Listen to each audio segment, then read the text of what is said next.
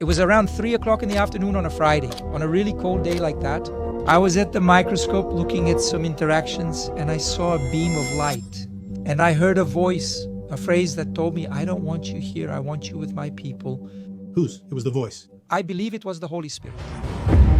He graduated in philosophy and nutrition, psychopedagogy, neuroscience, clinical nutrition, and phytotherapy. He has a doctorate in naturopathy with an emphasis on phytotherapy. Did I make a mistake in something? I'm not here to make you happy, I'm here to make myself happy. At the very least, I'm going to leave here better than when I arrived. Food waste is what ruins humanity. Humanity is in an abyss right now. Can you test this? Want to join the game? What do you say to those who are taking it? Manjaro and Ozempic? Chamomile. Heals skin, benefits hair and intestines. Hibiscus tea. Antioxidant, memory, concentration. Nettle root tea. Protects against breast cancer, protects against prostate cancer.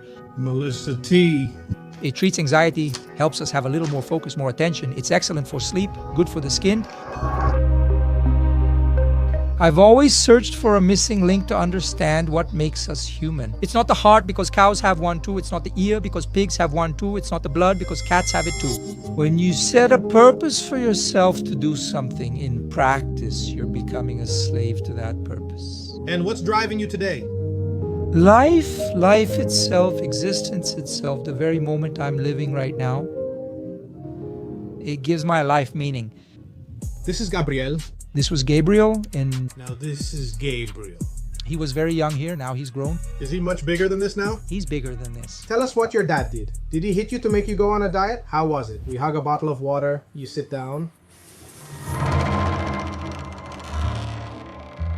The episode is starting, it's amazing. But first I have an important message. We noticed that 81% of the people who watch E3A are not subscribed to the channel. It's a simple gesture for you, it doesn't cost anything, you just have to press a button now. But for me it's very important, it makes all the difference. So here's my request, subscribe to the channel and share this episode with someone you think will enjoy it. Hold on, the episode is starting soon. I have one more message. If you want to study with me, take all my courses. And also get live mentoring every month on Zoom, come join the Jornada Club. All the details are here in the video description, check it out. So let's go to the first act.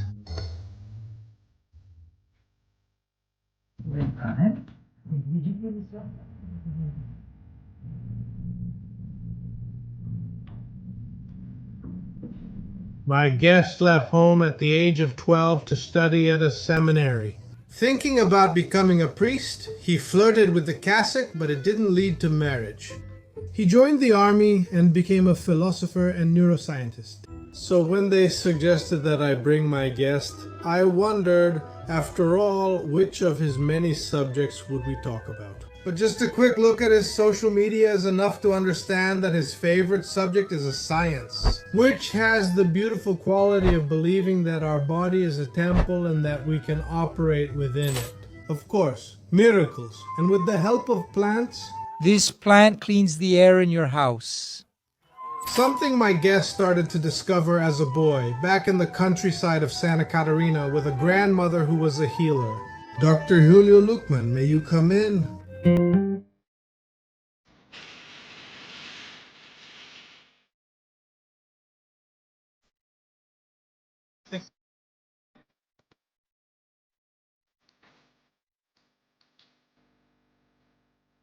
You just came from a trip.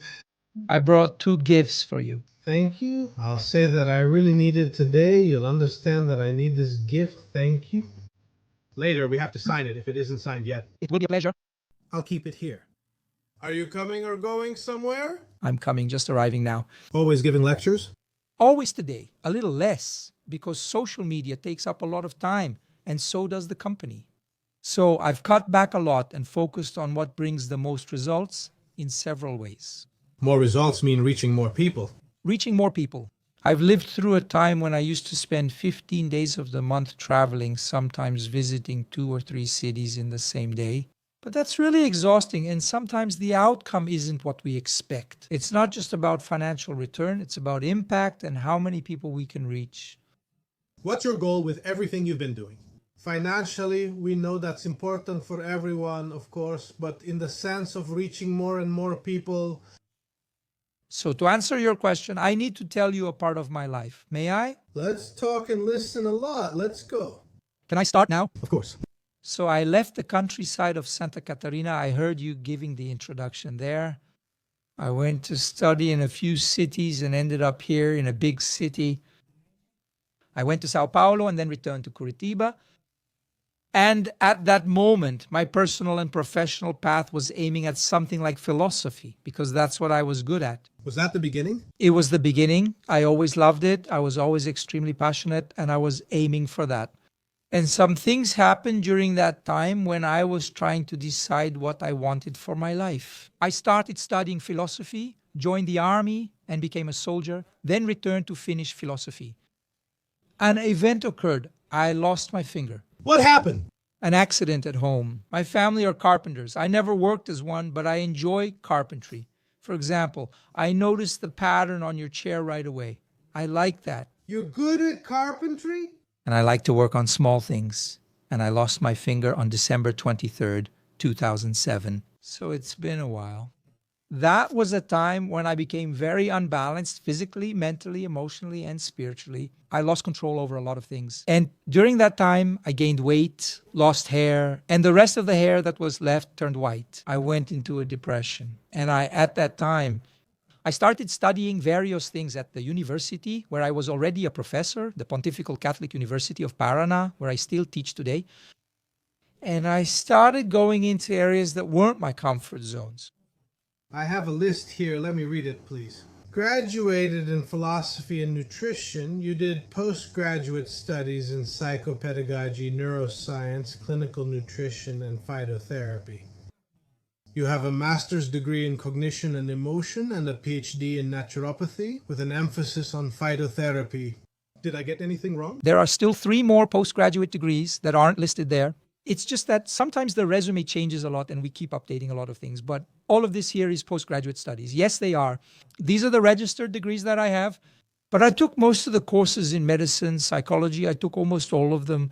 Physical therapy, I took some. At the time, I took some in nutrition. So I kept switching around. I went through all these courses with a very simple goal: to understand myself.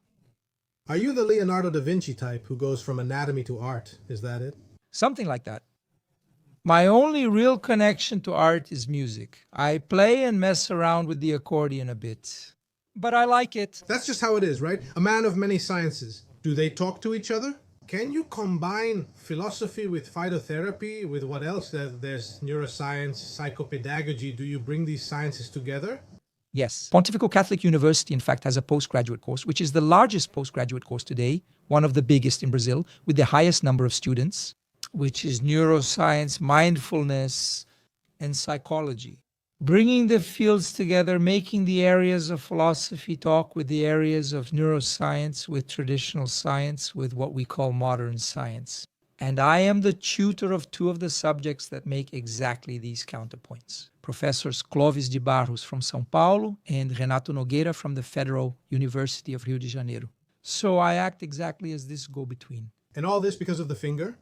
So that's when the big revelations in our lives come, right?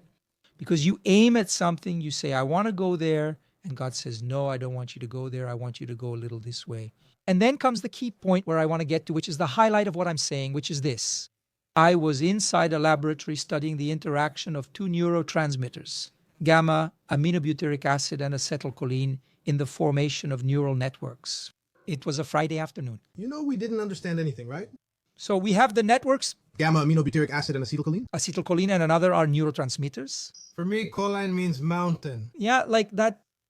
And these 2 neurotransmitters help us form neural networks. They are the ones that make neurons communicate effectively.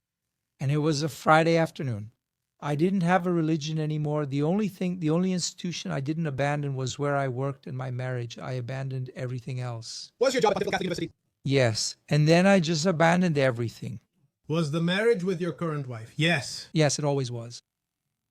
And on that day, it was around 3:00 in the afternoon on a Friday, a really cold day. I was at the microscope looking at some interactions, and I saw a beam of light. And I didn't even have social media. I had nothing. No Instagram, no Facebook, absolutely nothing. A typical and traditional university researcher, I know a lot of people who are fabulous, who are fantastic, and who don't even have Facebook. Like, that's the guy's life right there. Was that you? That was me. And I had an insight, a very strong flash of light. Did you really see a light? I did. I saw light. I saw it to the point of blinding me like this, of being... Was the light physical or spiritual? Nowadays, I can't really tell you because at that moment, it seemed very real to me. My psychiatrist says it was just a vision in my head. I'll finish the story so you understand. When I saw that beam of light, I turned off my microscope. Friday afternoon, I went for a walk at the university, a very beautiful university. I came back, sat down again. I turned on the microscope a second time, and it happened again. I asked the lab technician to change the bulbs because sometimes you get a bad connection. I saw it a third time and thought, no, something is definitely wrong, either with it or with me. Where was the light coming from? From inside the microscope. There wasn't supposed to be any light there. No, back up. No, the microscope projects light, but it condenses it in a way that doesn't harm your eyes. No mirror, nothing reflected? No, absolutely nothing. And at that moment, I simply put myself in a position that today I understand wasn't a meditative position, but a prayerful one. Even then, I had distanced myself from religion. And I heard through this ear a voice, a phrase that told me, I don't want you here, I want you with my people. I packed up my things. I wrote down the number of my microscope because it belonged to the university, and I went home. That day I sat down with my wife and told her what had happened. And she, who never strayed from religion, never strayed from God, never under any circumstances, she said, God didn't speak to me, but he spoke to you, so he spoke to us. It was on that day that I opened my YouTube channel. Because what came to my mind at that moment? What would it mean for me not to be in a laboratory and to be with the people? It means being able to translate what I did in the laboratory in a very technical way. So my mother, grandmother, aunt, or anyone could understand it. And that brought me very good consequences on one hand and very negative consequences on the other. That was the day I chose to start my YouTube channel. I want to know the good and bad consequences. But first, whose voice was that? I believe it was the Holy Spirit. That's my understanding. In fact, I went to therapy, then I went to psychiatry, and then to be able to understand what had happened to me. I believe it was the Holy Spirit's voice at that moment. In your neuroscience study, nothing showed up that could say, well, this was inside my head. Schizophrenia, maybe. My psychiatrist raised that possibility, but there's nothing that explains it. There's nothing physiologically or neurologically, nothing that could explain this. Maybe extreme exhaustion, where we have some flashes, we have some blackouts. People who go through burnout today, for example, go through situations like this. Then comes the interpretation from the heart, right? I want to believe that that moment, and I do believe it was a moment of spiritual reintegration into the world that I am part of today, that I am spiritually connected to today. And it completely changed my life. Some people will say it was a moment of conversion. Yes, maybe a reconversion because I tested it. I'm Catholic by upbringing. I almost became a priest, and I've been down many paths, explored many places, and was part of many religious, spiritual, and philosophical orientations. But I returned to my original path, which is traditional Catholicism. It's interesting you were studying neurotransmitters, something happening in your mind, but it wasn't. I don't think so. Physically, there's nothing that explains that. And what's the connection between that and the loss of the finger? So it was at that moment that I started to change the course of my life, because I understood that everything that happened to me and led me to that moment, including the loss of my finger. It was so that I could understand that at that moment I should change my path, and I did. I still mention this today and often include it in my lectures. When you find what makes sense and say yes, don't look back, not even to gain momentum. And that's what happened to me. Because for the next 5 years, I spent making videos, if not daily, at least every 2 or 3 days, with views like 1 or 2. Comments from my mom. And you didn't give up? No, never. Once I set my mind that this was the path I would walk, I never stopped again. How long did it take until you stopped getting just a few views? 5 years. And you were talking to almost no one? Almost no one. And there was no problem? Absolutely not, because I always understood it like this. Eventually, someone will take advantage of what I'm doing. I didn't do this for someone else. I did it for myself. I'm here for myself, not because of you or anyone else. If I'm here for myself, I'm giving my best, giving everything I can. At the very least, I'll leave here better than when I arrived. And if with that, I manage to reach you, and even more, a group of people who also anchored their thoughts and their souls in that moment and took from it a fragment of wisdom. I won twice, so that's one of the main reasons why I made videos, and I made a lot of videos. And that's how I was. There came a moment when my wife, who was the main person who anchored me at that time, came to me and said this. I don't think that's the way. Maybe that's not the way. I said, it's not this way. I feel it in my heart. I like doing this. I feel good about it. Today, going back to listen to and watch some of the videos, I relearn things I said back then, things we forget, because they were things you were focused on at that moment. So I always understand that this has a process of evolution. Even the first video reaching 1 million after that, things just didn't stop. We'll get to that, but first, when you said, I'm here for myself and not for you, I think that's very valid and important. It reminded me of something that seems silly, but it's not. When we're on a plane and there's a malfunction, if it happens, we should help ourselves first. Only then can we help others. Is that the principle? That makes perfect sense. Actually, I'm about to release a quadrilogy now. It's 4 books of short thoughts. Friedrich Nietzsche, pioneered this writing technique. Aphorisms. An aphorism is a powerful sentence with a clear beginning, middle, and end. And it gives you guidance to do something. And I started writing these aphorisms at the gym. I'm listening to something anyway. And I wrote one of the last ones I wrote. It went like this. I'm not here to make you happy. I'm here to make myself happy. And by being happy, make you happy. That is, we can't imagine that someone else can give meaning to your life. Because if I take that principle into consideration, I'm literally tied to it. Now, if I'm whole and you're whole, and we come together to add to each other, the whole thing will be fantastic. There's a philosopher actually who says that this theory of my soulmate, my perfect match, my other half is a huge load of nonsense. That's ridiculous. Why? Why? If I have 2 halves, when these 2 are looking for completeness, they're actually possessing each other. And that's not the idea. The idea is that 2 whole beings, perfect or within their imperfections, can relate to each other to the point where one can complete the other in some ways. But I can't possess you. Is love a lie then? It depends on your point of view. Philosophy approaches love from several different concepts. And I, as a philosopher, would never dare to give you a definitive answer because I would be abandoning my position as a philosopher.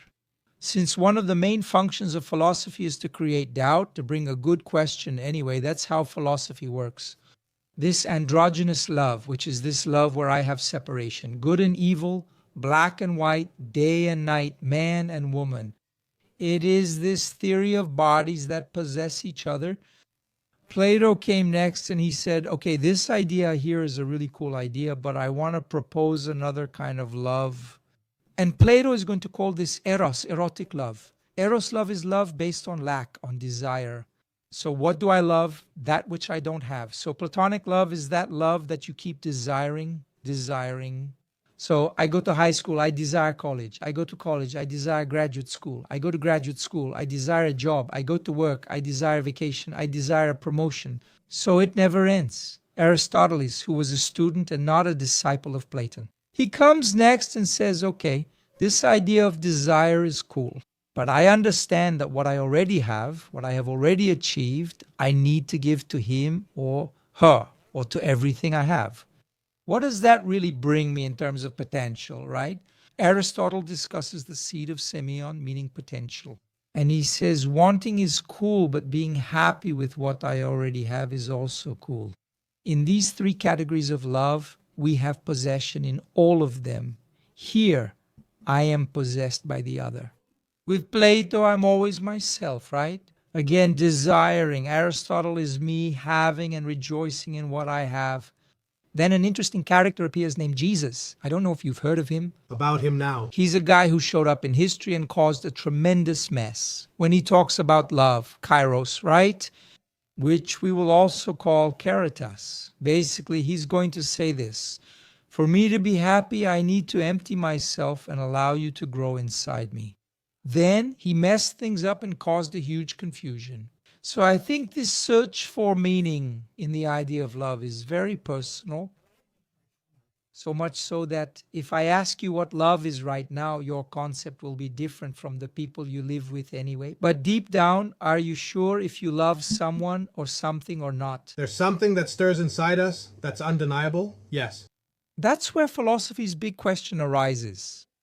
Philosophy will give you tools so you can chip away at that stone and make it a more beautiful stone, a shinier diamond. In short, everyone who attends my lecture, by the way, it's called Philosophy of Love, and it's really cool. The people who come to this lecture leave with at least one question on their minds. Every time someone says to you, I love you, look them in the eyes and ask, what does love mean to you? Why is that important? Because if I don't know what that means to you, how can I say that I love you too or that you don't love me? Are we really talking about the same thing? That there's a coincidence in that. I had two situations in my life that really caught my attention. One was about a man and a woman who had been married for over 50 years. And they were in a therapy session. We were talking about many things. And he said to her, the day I die, I want you to bury me on the left side. And she said, but you always slept on the right side? What do you mean? He said, but that's because you never asked me. I mean, the guy spends 50 years sleeping beside the other person. And at the end of his life, that's when he's going to tell the person that the side of the bed he likes isn't that one. Because there was no interaction in that sense. So this question, what is love to you? It won't have the same final result for everyone, but it's very thought-provoking. Another situation I saw was a breakup. The couple chose to end things. I can't take it anymore. Let's end it here. He looks into his wife's eyes and says, that pasta sauce you made is terrible. She said, but I've been making pasta sauce for 20 years. He said, it's been terrible for 20 years. So sometimes a question like that creates a tsunami in that person's life, which leads them to a good outcome, like, wow, let's make an adjustment here. Or what you think isn't what I think, it doesn't make sense. Let's split up. Still in the field of love, the love preached by Jesus can also be understood as amorphilia, unconditional love. The one that doesn't depend on anything, loves the other regardless of anything. Philia is a more Aristotelian concept than a Christian one. For Christians, the more technical name for it would be agape love, which is this selfless love. Philia would be a kind of love. The word philia means friend, and there is no friendship if there is no reciprocity. It's a possessive love. For example, I'm your friend, but you don't realize it. You can't really be someone else's friend, right? Anyway, we'll discuss these concepts. The question is, does selfless love exist as well? Yes, Christian love is essentially selfless. I met a mother who visited her son at Tremembe prison in São Paulo. Even though he was someone who should never be living in society with other people because he was a terrible criminal, she would go visit him every weekend. She was there. And one day I had the chance to talk to her and I asked, why do you do this? Why are you interested in this? She said, none. I just go there because he's my son. That's it, period. It's that simple. So Christian love is this detached, selfless love. And I had a major event in my life that made me think a lot about this. I joined a company, literally. Yeah, you know that story we hear where someone joins as an intern and leaves as president? That's what happened to me. I started as an intern. In 2.5 years, I worked with the vice president of that multinational company. And one day, the president of the company called me into his office and asked me, what do you want here? I told him I wanted to be like him because I truly admired him. But you didn't say, I want your position. No, never. I didn't even have that intention. When I looked at him and saw someone who spoke several languages, someone who had various degrees, someone who had great knowledge of art, it never even crossed my mind to measure up to him, but he understood exactly the opposite. 2 weeks later, he called me into his office and fired me. Oh, so my perception was correct. It was. And he told me, looking me in the eyes, just like I'm looking at you now, you're the only person here at the company who poses a risk to me. Goodbye. 3 years later, I was working at a headhunting company in Curitiba, hiring business people to replace top executives. And he was sitting in front of me To be fired or hired? to be hired. And for the position that was open, I told him. And sometimes people doubt that, but I told him for this position, under these conditions, you can't do it. Because someone who thinks like you here doesn't make sense. Some People would say you were getting revenge. Yes, but that's what's interesting. Because this bond we have when it comes to love, because in love you have its opposite, which is hate. Love would have on its flip side the idea of hate. And sometimes people think that this is a hand that inevitably, if I leave here, I'll end up there. But it's not like that. I had a partner in one of my companies who scammed me out of 500,000 reais. He loaded everything from the company onto a truck and vanished. 2 weeks before he passed away, he called me and said, I need your forgiveness because I'm not well. And I also need 2,000 reais to pay, a recommendation that if I don't buy it, I'm going to die. From what I know, you forgave him but didn't give him the 2,000 reais. I gave the 2,000 reais. You gave the 2? The 2, because I understood that at that moment, his motivation, even though it was a twisted, wrong, mistaken motivation, made some sense to him in his context. And for me, life is non-negotiable. It always has been and always will be non-negotiable, even if it's the worst of the worst of the worst criminals. For me, life is non-negotiable. I write in my book that life is absolutely non-negotiable. Existence conditions are negotiable. You may not like the body you have, the color you have, the hair you have, the city you live in. You have the right to do all of that. But to trade your life, to use it as a bargaining chip, for me, is absolutely unquestionable. I'll join any discussion at any level about anything except about the relativization of life. For me, that's it. I'm completely against abortion and the death penalty in all situations. Because for me, life is the greatest good. The day we start to relativize life, we begin to put other values above it, also in question. And that, for me, is a problem. We're discussing deep, important matters that impact everyone. But your story, the one that brought us here today, started with a joke. It was What was the joke? when I started in this life of giving lectures. I spent a lot of time giving free lectures in various places.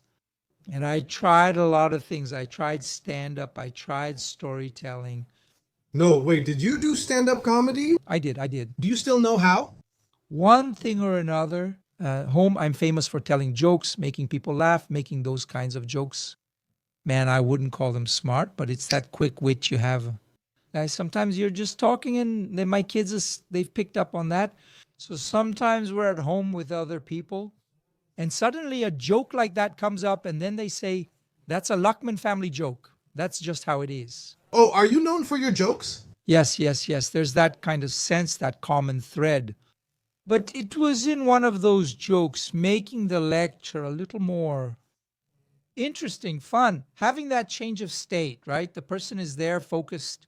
It was in a lecture about neuroscience and learning that I told a joke. That joke went on TikTok and it blew up. And from then on, I never went back. The joke is really long. Do you remember it? It's not really short and it's quite interesting. Legend has it that a guy was carrying a bucket under his arm. It's cool to act it out. Could you act it out your way? Can you? Where's the bucket? Is there a bucket here? Oh, do we need to get a bucket? Imagine that I'm holding a bucket under my arm and this guy is walking over there through his small farm, through his property, and he hears a lot of noise. Near the orange trees where he went with the bucket to pick, and when he gets there, he sees some girls bathing in his pond in the river. Naked, all naked, and he's holding a bucket under his arm. It's very important that you don't forget about the bucket under his arm. And the girls realized that he was watching and they said, we're not leaving the water. You won't get to see us without clothes. He replied, I didn't come to see you. I came to take care of my alligator. Some girls are still running. I just saw one pass by. What does all this we're talking about here, if it even exists, have to do with the theory of humors? Are we talking about humor? Yes, Within philosophy, we come across classical philosophy. Right at the moment when Socrates, Aristotle, and Plato appear, the classical formation. In philosophy, it's the guide, usually the path we follow within the field of philosophy. But you start to see that there are people who are interested in other perspectives. And then comes Hippocrates from the 5th century, but not just him, Galen, Pliny the Elder, and others who were there as well. From this same group, other Peripatetics, Epicureans, who are other branches. And when Hippocrates, involved with this philosophical context, wants to name things, he goes through some of these concepts. Of course, imagine putting people into 4 major humors. Today, it would be absolutely impossible. A dominance, influence, steadiness, conscientiousness assessment, which is a psychological test we take, has, 200 factors. But that's what he did at that moment. It's super interesting, right? I listed here to bring to our conversation blood, phlegm, yellow bile, and black bile. That's right. The 4 humors we're going to talk about, they're going to be called, in this context, the biles. The choleric, who is the individual with strength, power, who is that explosive person, and he is represented by fire. The depiction of fire is interesting since fire transforms. Fire is the only element that is both physical and immaterial. It is in between the two. It is the only one that causes the transformation of the others. So it heats the water, it dries the earth, it sets the wind in motion. And the person with this characteristic or temperament, right? Think that the word temperament comes from seasoning, so it's the salt that I put there. So you'll have this guy with this characteristic, but he's also disorganized, he's messy, his perspective is broader, it's not focused on just one thing. Is this related to the blood I mentioned? No, this is a different temperament. So we're building here within this context what we're going to call sanguine. Imagine that you are here. Expansive, you have a broader, more holistic view, and on the absolute opposite, you have what we call sanguine. The sanguine temperament is quieter, more reserved, observant, organized, focused, and more concerned with himself and his home, right? Then you will have it. So imagine that you have the person who is the choleric here, you have the sanguine, the phlegmatic. He has a characteristic, imagine 4 points, right? The points at the top are the 2 that are more expansive. The ones at the bottom are more introverted. Right below here, you will have the phlegmatic, which is represented exactly by water, and the phlegmatic. He has a characteristic of being quieter, more reserved, more objective, just like the sanguine as well. Yeah, but he has a streak of taking charge, of commanding, of leading, of taking the initiative. And he has a very interesting characteristic, which is what best sums up who he is. That the person who has this temperament, right? That's when we take the foundation of what was worked on by Hippocrates. But imagine that this theory is 2,500 years old, right? So it evolved over time, and today we work with levels, right? Later, I actually want to put you on the spot about that. I've already answered. It's saved for us for the second part. It's in the kitchen. So this person who has it, It's just a test you sent me, right? I've already answered and am ready for anything. Yes, so you won't judge me. absolutely not. That's never the intention. So much so that we never say that one temperament is better than the other, right? We always say that they just are. Some temperaments are better and some people are just difficult. It depends on the context. Have you ever been in a relationship with a Virgo? Yes. Oh, guys, it's tough, isn't it? So? And then we have, Just kidding, especially because astrology is something I don't believe in. No. for me, I think it's interesting, but I don't have any conviction. from everything I've learned as a scientist, within my scientific humility, that about what I don't know how to talk about, I should stay quiet, right? Yeah, about that. That's basically my stance. I don't know. I'm incompetent. Exactly. I'm simply incompetent. And there's another temperament, which would also be among the humors, which is the melancholic. Is the melancholic as outgoing as someone with a choleric temperament? This one reflects life's dark, melancholic side. And then this person has a very interesting characteristic, which is that they have a very strong social network. You know that guy who's friends with everyone and knows everyone's business, always fitting into every group?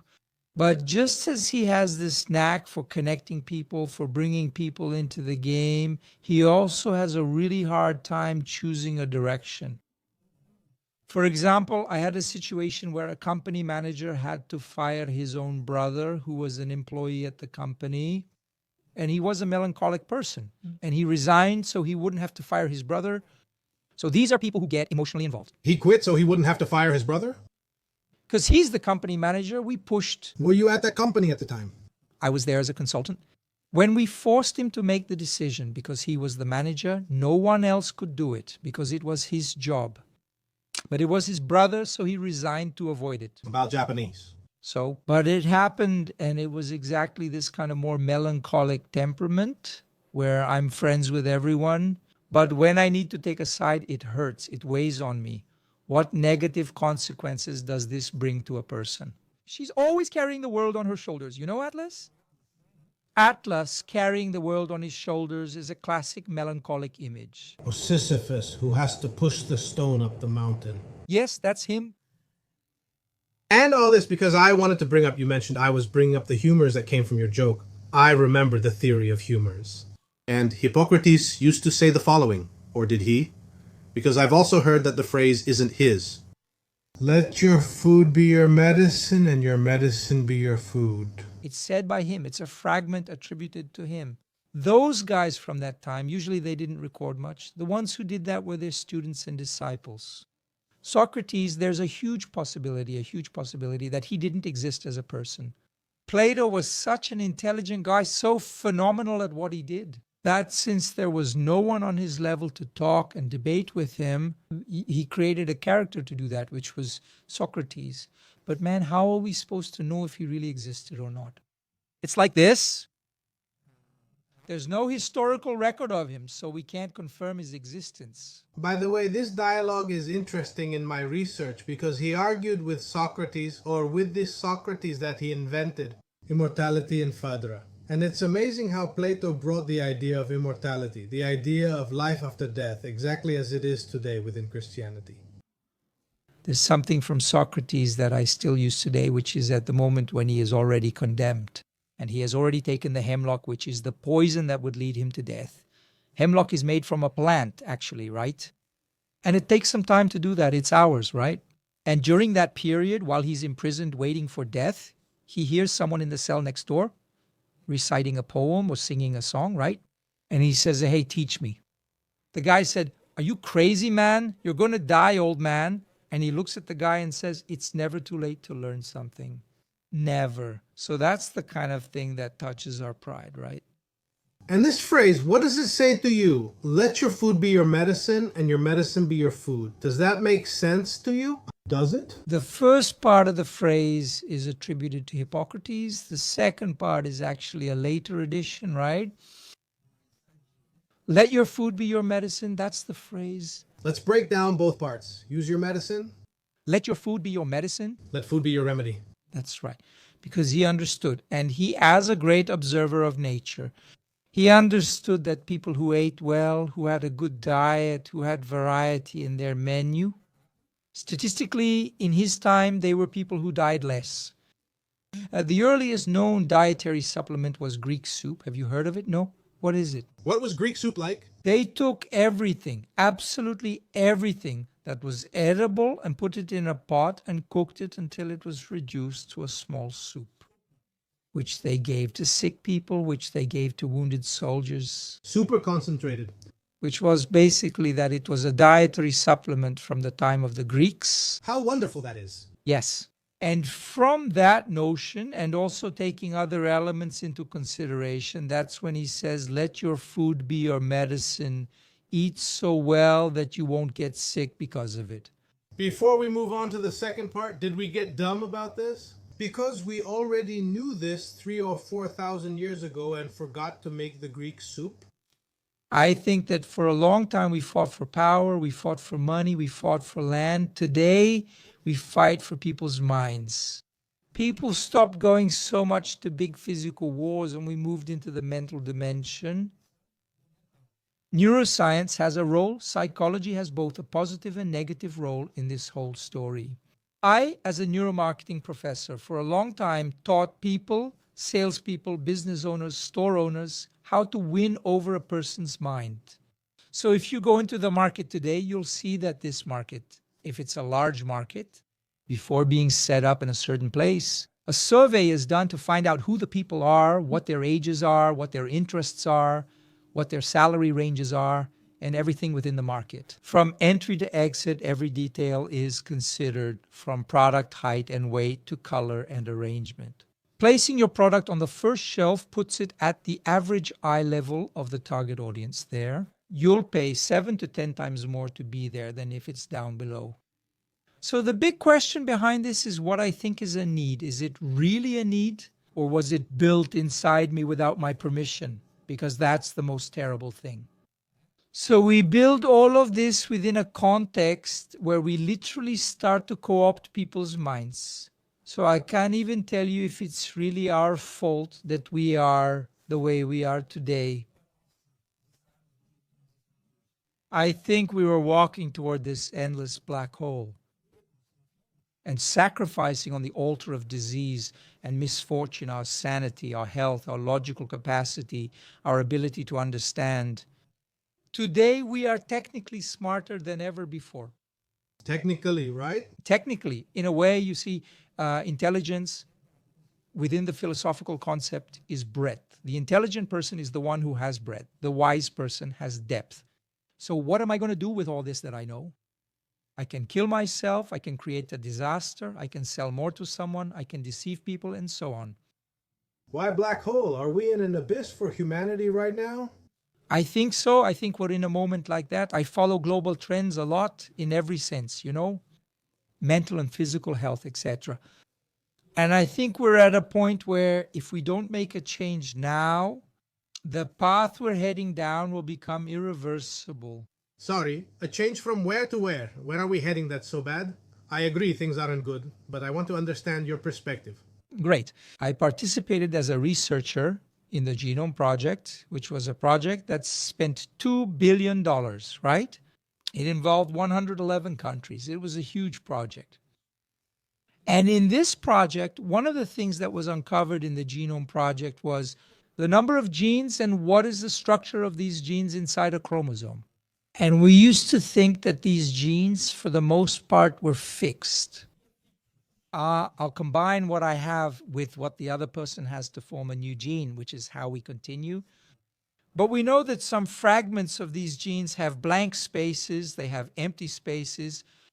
And today we know that the last 5 generations that came before you, their behavior determined who you are today. Physiologically, this includes a range of issues such as diseases. Should I complain to my great-great-grandfather? Yeah, or understand, so you don't repeat it and can change the next generation, right? But we know, for example, since the 70s, by observation and not by scientific study in genetics, but we already knew that we would be facing an obesity pandemic today. It's not just because we're eating wrong today. It's because these fragments of behavior, which have been carried out by parents up until the conception of their children, start to imprint on them. A general rule that today leads us to be more obese, weaker. Today, of course, it's very interesting for us to think that science is evolving so we can treat diseases, right? But I'm bringing longevity to people with genetic issues that could put the very existence of humanity in check. We're going to reach a point where we'll be so sick, society will be so sick, and we're already experiencing this with heart problems. We're already living this. Cancer is currently the 3rd leading cause of death worldwide, and by 2035, it will be the top cause. You begin to see it's not only about what this generation is doing now. So if I consider a strategic change, I shouldn't limit my thinking to just my current 4-year term. I should consider 20 or 30 years ahead with a focus on humanity, not just government projects. A project of this government, this one, because if we don't do that, we're going to enter a collapse. Unfortunately, our politicians aren't thinking about any of that. They're not thinking about anything beyond their own interests. It's been that way for a long time. The change you're talking about seems to me like it happened in your own home. It did. Is this your family? My family, Simone, Giovanna, Gabriel, and me. Do you remember what year this photo is from? Is that from 2012, 2013, around there? This is Simone. This is Simone. How did you pull off that miracle? I think we don't really do anything. What we often do is provoke. It's about bringing elements into the context of the relationship that create this exchange. And this symbiosis just happens. For Simone to reach this point, the first... To clarify, Simone used to be like this and now she's like this. Yes. So for her to get here, how did it happen? We had a bakery. And we started a process of going deeper into this field. A science more focused on the natural. And Simone would come home almost every day crying, sad, downcast. Because I used to teach in my courses that eating burnt food was bad for people. Because that creates what we call advanced glycation end products. You literally caramelize your red blood cells and you can no longer carry oxygen to your tissues. And at the bakery, we had the process of flambeing desserts with that torch that burns the sugar, which people who work in gastronomy think is beautiful. They think it's fantastic. It's a tragedy. This is a tragedy. Your blood lasts, your bloodstream is replaced every 120 days. If you put advanced glycation in a cell, it will stay for 120 days. With lower potential, you can't perform, you're more tired, your sleep is affected, your system is in chaos. You're saying I can't eat creme brulee anymore. So there, every now and then, let's say, there every now and then, it's all right. But imagine someone doing that every single day. All that's left is to say I can't eat tiramisu. I can't say you're anything. Your life is yours. My life is mine. You do whatever you want, but with mine, I shouldn't. My role as a scientist is to bring elements to the table for you so that with them, you can decide how you are going to live your life. And at your table, sugar doesn't come in. Very little, very little. At this level, we used to do very little. I'm not a nutritional terrorist. So tell me, how did Simone get to this physical shape? So she had a big transformation, starting with my son's transformation. My son, The name, sorry? Gabriel. Gabriel, At that age, he was already there with his 96, 98 kilos, really. how old was he? Gabriel, he was 14, 14, 90, and 96 kilos. And Gabriel, he caught this transition phase of mine from the internet videos and he said, Dad, man, you look like a fool making these videos. Okay, we need to improve this trait of yours. You need to have a better camera, a better phone. A big part of my success on social media I owe to him. And Gabriel came to my office one day. Is this the awkward phase? This is the total awkward phase. He came to my office one day. He sat at my desk and said, Dad, can I ask you a question? Sure. These little things you talk about, do they really work, man? Or do you just say that to get clicks? I said, they work. Is there a way for you to test this? Do you want to get in the game? That was when he began going to the gym. I saw this video. Then the gym, he changed his diet. Hold on. Let's get to Gabriel then. Hold on, this is Gabriel. This was Gabriel here at this stage. Isn't he anymore? No. Gabriel is a pro bodybuilder. Did he weigh 96 kilos here? And now is this Gabriel? This is Gabriel, and here he's still little. Today he's much bigger than that? He's bigger than that. He's much bigger than that. But this was the peak phase of transformation. That phase when the excess belly skin was bothering him, the large chest was bothering him, the flabby arms were bothering him. And so I could never call. For me, the responsibility is for their transformation. I think I just had a small part in it. But when he got going, his mother went along with him. He started... He was the one who brought the change. Then his mother went along. And when she started to enjoy it, now the two of them are in it together, right? In cahoots. How long has it been since Gabriel started this transformation? When did it begin? It's been a short time. Gabriel was about 15 or 16 then. Now he's 20. How long did it take for Gabriel to go from here to here? 2 years, give or take.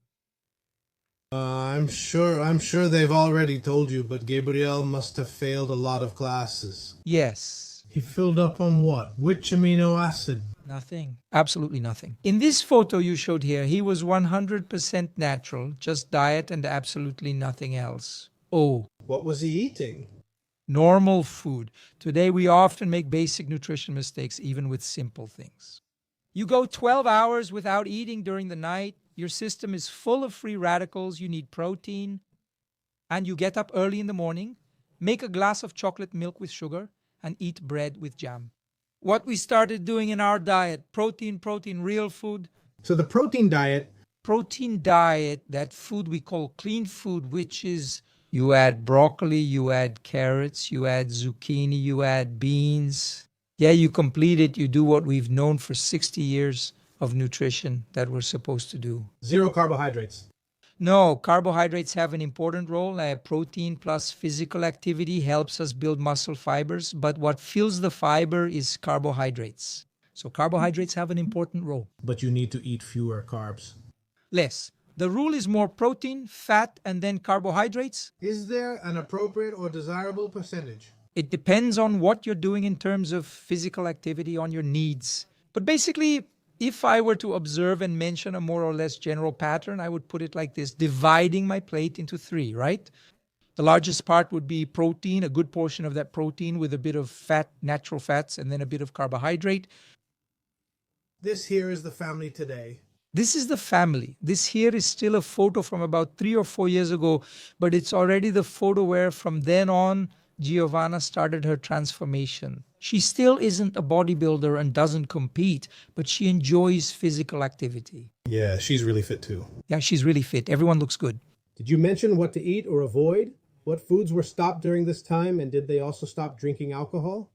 Junk, anything that's nutritional junk. So anything with a lot of coloring, a lot of preservatives, anything that's very processed, ultra processed, foods that are like that.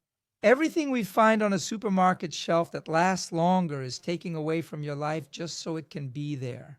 So that's the kind of thing we've been cutting out. What does our diet look like today? Is it what we can make at home ourselves and eat by the end of the day? The most we do is make a bit extra to pack a lunch for the week, but nothing with coloring, nothing with preservatives. Food waste is what ruins humanity. Processed product. Most processed foods contain coloring, preservatives, or other methods to keep them fresh, which can affect your health. Do you buy pasta in a box? We usually make it, but sometimes we buy it. Isn't this one so bad?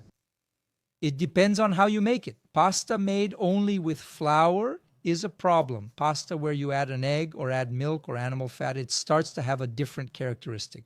Better? Much better and richer. Is just the flour dangerous? Yes, white flour has a number of problems. I'm not against white flour. I'm not against bread. I'm not against pasta. Absolutely not. What am I against? Eating this on an empty stomach, eating it every day and eating it several times a day. That's problematic. Because then you start getting into a situation where the day your body gets out of balance for any reason, even something like diarrhea that affects your immune system, the immune system will look for someone to blame. Are you going to get sick? Then you might take wheat gliadin, for example, and say, it must be that. And from that day on, you become intolerant to wheat or eggs or milk. And do you really become intolerant? Yes, you do. If it's just a food intolerance, we can reverse it. In most cases, with a dietary restriction and a nutritional adjustment, the person can go back to consuming that product after 6 or 9 months. That's not celiac, is it? Is it something else? Yeah, then we're already in the realm of allergic to. Being allergic to is registered in the immune system. That's a whole different thing. Can someone who developed this intolerance go back and reverse the problem? Yes, they can.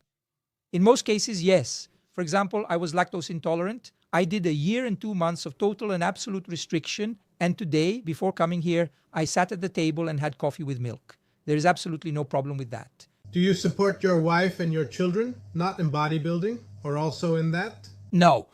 I work out with a different goal. My goal is to achieve maximum health, but not maximum muscle. Because then my goal isn't to gain muscle, it's to be healthy. That's it. Do you also think it's okay to want to gain muscle? Is there any health problem with that? Everything you make a priority, always remember the idea, right? There's a very interesting concept from physics. Everything you focus on, in order to focus, you're going to lose focus on other things. So a person who reaches a performance level like Gabriel's and Simone's will automatically be sacrificing some things. Are you sending less blood to the brain? No. No? No. Burning things like what? For example, for you to have a body like this, you'll have to increase your metabolism. To increase your metabolism is like making the clock of your life run faster. So, isn't there going to be a steroid involved? In some cases, yes. Simone is 100% natural. Gabriel reached his physical limit. For the category he's competing in today, there's no way to be there without steroids, so it's necessary. What people need to understand about steroids is that everyone thinks using the juice, using steroids, is what will build muscle, and that's not it. What do we have, you and I, that makes our bodies build muscle? Testosterone. If I have muscle fiber damage or muscle inflammation, depending on your testosterone level, you'll recover faster at the cellular level. So, what is a steroid in this context? It's a faster recovery so I can get back to lifting that weight in less time than you or I would without steroids. So the mistake today is using it without a prescription, without supervision. I have several athletes I've worked with who had been using it for 5 years and never even saw a doctor. They never even saw a cardiologist. They never even saw a nephrologist to check how their organs are doing. Then you start seeing these people dying because of excess, because of misuse. But this replacement or this increased use with supervision, it makes sense. It has logic. It has a reason. That's why we do testosterone replacement. So there's no problem then. So as long as your son uses steroids correctly, that's acceptable? Yes, that's something I won't give up on. Gabriel, the day he said, "Dad, from now on, my category requires something more," I said, "I agree with you, especially because it's your body. However, you're going to do it by my rules." What's the rule? My rule is absolute supervision in everything. Absolutely everything. We do tests every 3 or 4 months. We have nutritional follow-ups with a nutritionist who is not me or anyone from my circle, so he can offer an outside view on Gabriel and my family, which differs from ours. Gabriel and Simone are both finishing their nutrition degrees. Oh, they're studying nutrition? Yes, they are. And Giovanna is taking the entrance exam for medicine this Sunday. Look at that. You taught the whole family. I never forced anyone. Each person made their own choice. Do whatever you want. But that shows you created an interesting and pleasant environment that they wanted to follow. Yes, that's true. Now, You, after a while, became very popular. You got really famous on social media. All your accounts are blowing up. Was it because of steroids? without steroids, Without steroids? up to about 4 million followers, it was pure hustle, no investment at all. After that, I discovered investing as a way to reach more people, to expand my reach. Perfectly natural. And after all that, you also started selling products. Does your credibility as someone who gives advice get put at risk when you sell what you prescribe? It depends. The creation of Phytoessentia, the company, came out of necessity, not out of desire. Within phytotherapy, in order for you to prescribe a medicinal plant to someone, that plant has to be monitored from the moment you plant it, where you plant it, how you take care of it, how you process it, and how you deliver it. All the teas you find in health food stores or in the market are not medicinal. All of them. All of them. They fall into a category called food teas. That delicious English tea. And there's nothing wrong with that. Don't be upset with me. Don't be mad at me. There's nothing wrong with that. It's just with the medicinal claim. I need that plant to have gone through a process in which, during that process, it developed secondary metabolites, which are the chemical elements that make that plant a medicinal plant. Donna Maria's homegrown mint tea in a pot isn't medicinal. Is Donna Maria there?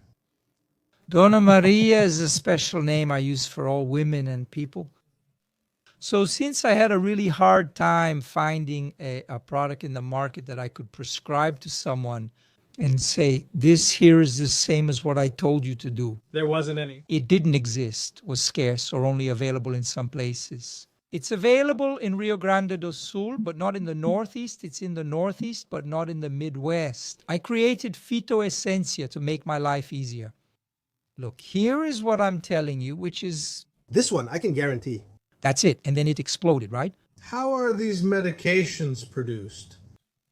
Teas, they're not medications. They become medications when we process them and extract, for example, a compound from them.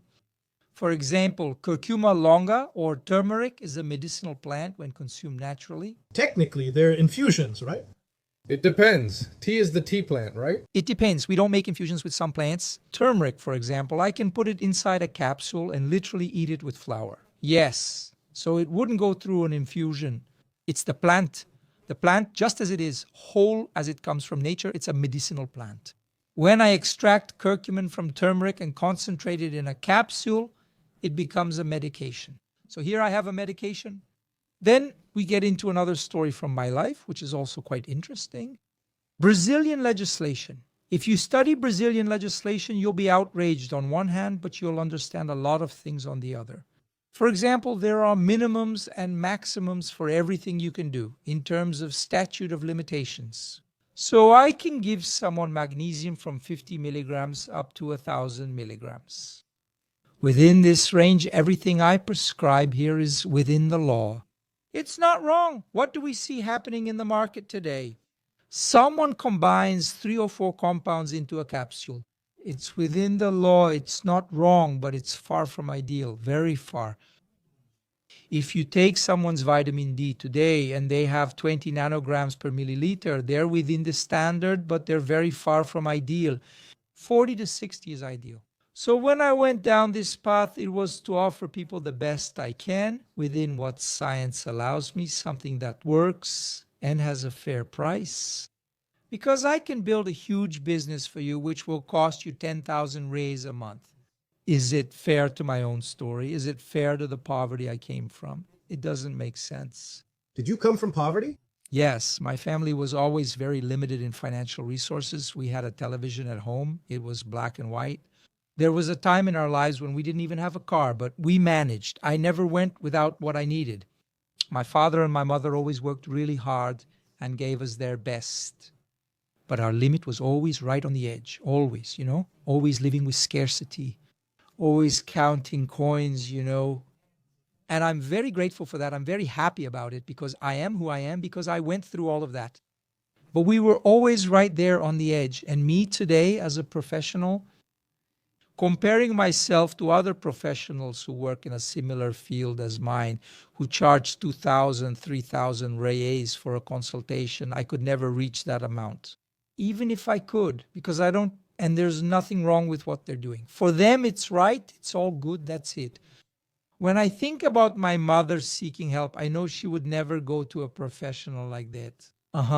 So Julio Cesar, can't do it. So I do a job today, which is a job. And it was at Phytotherapy for a while, more volunteer work than anything else. And my wife, again, right? She's my guide. She's the one who directs me. One day, she sat me down at the table, just like I'm here with you, and she said, look, your work is beautiful, what you do is beautiful, but there are bills to pay, son. You have to put food on the table. So, what now?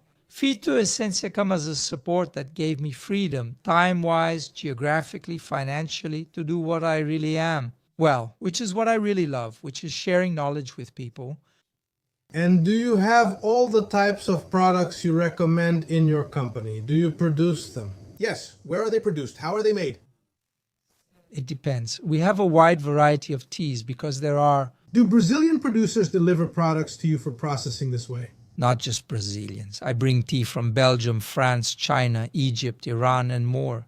Why? Why bring it from so many places? Because the plant, the Melaleuca grown in Australia, it has geographic conditions from its birth to its pruning that I can't reproduce in Brazil. Therefore, it's not medicinal. We have several partners. We also have some of our own internal production anyway.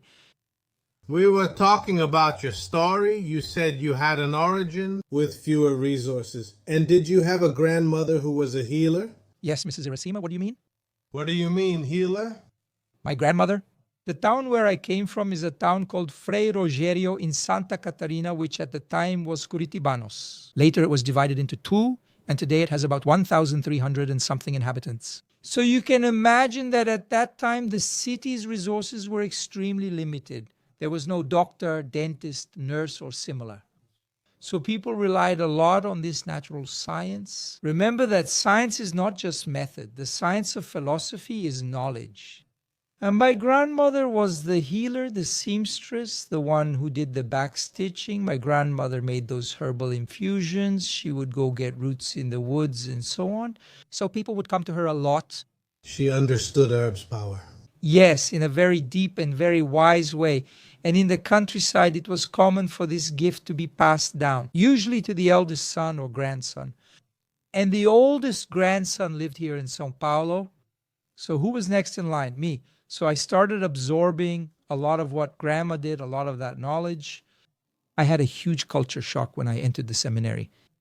Because even though my grandma and grandpa were extremely Catholic, when I went to the seminary, the first thing I heard from the priest was this: you can't do that, boy, this blessing stuff, these rituals, man, that's the devil's work. So I had a moment of complete detachment, even disbelief in my grandmother's actions. Today, I don't regret it because we only regret what we didn't do. So I'm really sorry I didn't spend more time with my grandmother so I could have recorded what she had as empirical knowledge of How did your grandmother learn what she knows? from daily life. She wasn't of indigenous origin, no. No, Italian, yes, Visero she was. Was she born in Italy or here? Her mother was born in Italy. Yeah, but they were those Italians who talk loudly. It sounds like yelling, but it's just how they speak. Couldn't you recover any knowledge from your grandmother? I did. I recorded quite a lot. Phytotherapy in Brazil is divided into two main areas: what is scientific and what is traditional use. Why is it important for us to understand this? Because what's scientific is only 2% of phytotherapy. All the rest is knowledge built up over thousands of years. And Anvisa itself, which is the agency that regulates everything related to food, health, and so on, it allows it. We work with phytotherapy with this traditional characteristic. In other words, the record of that culture, of those people. What has been done for thousands of years so that science can validate or not the reason behind it, but not the result. The result is, if after 5,000 years of using lavender, we still don't know what lavender does, whether it's good or bad, aren't these guys really incompetent? What science is going to do is say, oh, here there's linalool in lavender, here there's geraniol, here there's another substance. It will look with the eyes and the lenses of science. And what do you say? For those who are taking it, Manjaro and Ozempic? Be very happy. Be very happy. But if you want, I have a second opinion for you. So what happens in these cases? Between a magic pen made of semaglutide, liraglutide, and others, and bariatric surgery, I still prefer the magic pen because bariatric surgery, in the vast majority of cases, doesn't just have the problem of fat or obesity. There are psychological issues behind it because the person stops eating solid food since their stomach got smaller, but they keep drinking Coca-Cola, soda, and stuffing themselves with sugar. Stomach size doesn't matter. It'll go straight to the intestine and cause chaos anyway. And they lose weight with junk? But they gain the weight back, right? Today, the estimate we have for bariatric surgeries with weight regain in 5 years is over 70%. So in these cases, compared to those cases, the magic pen is still more interesting because it will make you do something you don't want. When you use it, it will stop you from eating. It won't let you eat. You'll feel nauseous and you'll feel like throwing up. But between that and phytotherapy, with a systemic, integrated, and deep approach, there's a big difference. Because we can achieve very similar effects to what you get with the magic pen just by using supplements. For example, if you combine psyllium with chromium, psyllium is a fiber and chromium is a mineral you find in nature. These two guys here produce a result very similar to the magic pen. Do they take away hunger? They take away hunger. Chromium regulates the glucose system, which is the variation in glucose that causes hunger in people, the so-called reactive hypoglycemia. Chromium regulates that. Psyllium helps you feel satisfied, curbing strong urges to eat everything, even the plaster off the wall. But what's the problem with that? For this to work, you need discipline. You need to do this at breakfast, lunch, and dinner. Phytotherapy isn't magic. No, absolutely not. Now, you're going to use the magic pen once a week. And you'll forget about it. And that's where the problem comes in because you give up again. right? That thing I mentioned before, when it's yours, then you give it up at the altar. Of the misfortune, Do you mean bariatric surgery? of the total misfortune of health, of illness. You give up your rationality, you give up your pleasures, you give up your humanity in exchange for something that will do it for you. What have we seen today in this context of using the magic pen? Stopped using it, regained weight. So it's not that you won't use it. There is a logic, there is a profile of people who need this, who really need it. For people lacking discipline, taking Ozempic, Monjaro, or similar options might be beneficial.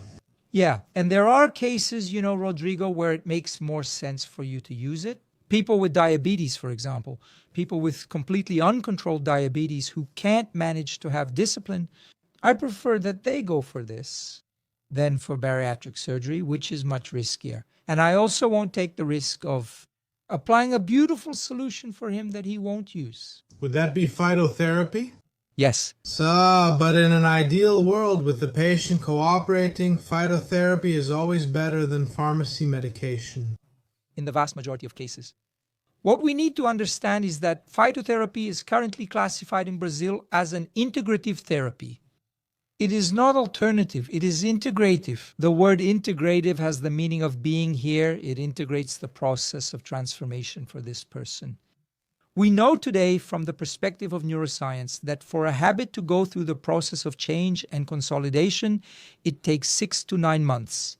In this process, the way out in the breaking waves of behavior is where you tend to go back to wanting to do it and then regret it. The magic marker is interesting, but by itself it's a problem because then when you take it away, everything comes back again. So what do I suggest to people? If there's a need to use it, but start phytotherapy at the same time. So can you use the magic marker to lose weight along with phytotherapy? Yes, you can. What does phytotherapy add for someone who is using this marker? It will start to put your body into alignment with your biological terrain in what we call body modulation. At a certain point, the medication becomes unnecessary, which is what happens, for example, with psychiatry.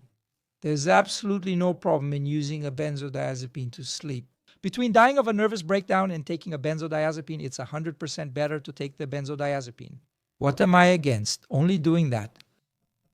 If you don't bring a psychologist into the game to reorganize this person's mind, if you don't bring a nutritionist into the game to reorganize this person's life dynamics, for what? For what? When the therapeutic peak of this medication is reached, which is around 4 to 6 months, I start making a transition, taking away the medication and letting what is natural happen. If you have discipline, obviously you go straight to the natural. But for those who don't, you build it. When can viewers contact you for a consultation? Today I can no longer see people because my life discipline is very focused on training other people. Today I'm at that moment where I'm overflowing with everything I've already received, and I'm finishing my doctorate right now. I'm finishing writing 4 books, finishing my doctorate, so I don't have time. But I have a team that can do it, people who follow the same path. Of course, everyone is different, and each one has their own approach. But everyone who comes to work with me has to be a phytotherapist, has to be integrative, has to have this more natural perspective. Anyway, Anyone who wants to follow this path, just search on Google, look for a phytotherapist, and you'll probably find one in your city. if not in your city, the internet today connects you to the whole world. Does an online consultation work? Yes, of course, because the phytotherapist doesn't need to do a physical touch exam. He needs to understand your context, to understand how you are. And usually, we connect with a professional who is already seeing the person in that city, like a doctor, a nutritionist, or a physical therapist. So it's necessary for this whole process that we've seen, including what happened in your family, it's necessary to have more than one professional. Right? A phytotherapist, You can't do much on your own, no, nutritionist. at least, and the doctor? Do you need to have a doctor, a general practitioner? It really depends on the situation here, right? In Gabriel and Giovanna's case, the nutritionist took care of it. But when Gabriel decided to go into bodybuilding and he needed to get into other things like using testosterone and so on, you have to have a doctor. There's no other way because he's the one who prescribes it. But with what specialty? It has to be an endocrinologist. Usually an endocrinologist does this. While you're losing weight, can it be nutrition and phytotherapy? Yes, it can. Is that the combination to start with? Yes, it can. If you go for a Mounjaro or an Ozempic, it has to be prescribed by a doctor. Then the doctor comes into play again. But let's suppose we don't want to go for the magic pen. What's the way? Phytotherapy and nutrition. Nutrition is the driving force behind what we now call integrative health, right? Without nutrition, everything else doesn't make much sense. I, Júlio César, I am from the field of nutrition. I have no problem at all saying what I'm about to tell you now. The nutritionist should be unnecessary. The nutritionist shouldn't even exist. Why? Because knowing about nutrition in this sense, because the nutritionist has more than 30 specialties. And it's obvious that for an athlete or for weight loss itself, he has his own specialty. But for basic nutrition guidance, man, we should have learned this in school. How do we go to a school that doesn't teach you anything about health these days? You don't have health classes. Did you take medicine, nutrition, or anatomy classes? I had moral and civic education classes during the military dictatorship, which were useless to me. But I didn't have medicine classes. Not that I'm disregarding other fields. That's not it. I'm not here criticizing the system just for the sake of criticism. But I think we could take it a step further. We could do what I experienced in terms of Japanese schools. The children go pick them up. The older ones go pick up the younger ones for the classroom. The parent doesn't enter the school. He stays outside. The ones who do the work are the students who are leaving. The student doesn't enter the classroom wearing shoes. When leaving, he must arrange his desk and throw away trash from the floor and trash can. What is the point of a school where the teacher is a hostage to the student today? The teacher should be the master, should be the one who sets an example in life, the one who lives with the student. The word alumno means alux, the one who is without light. It should be like that.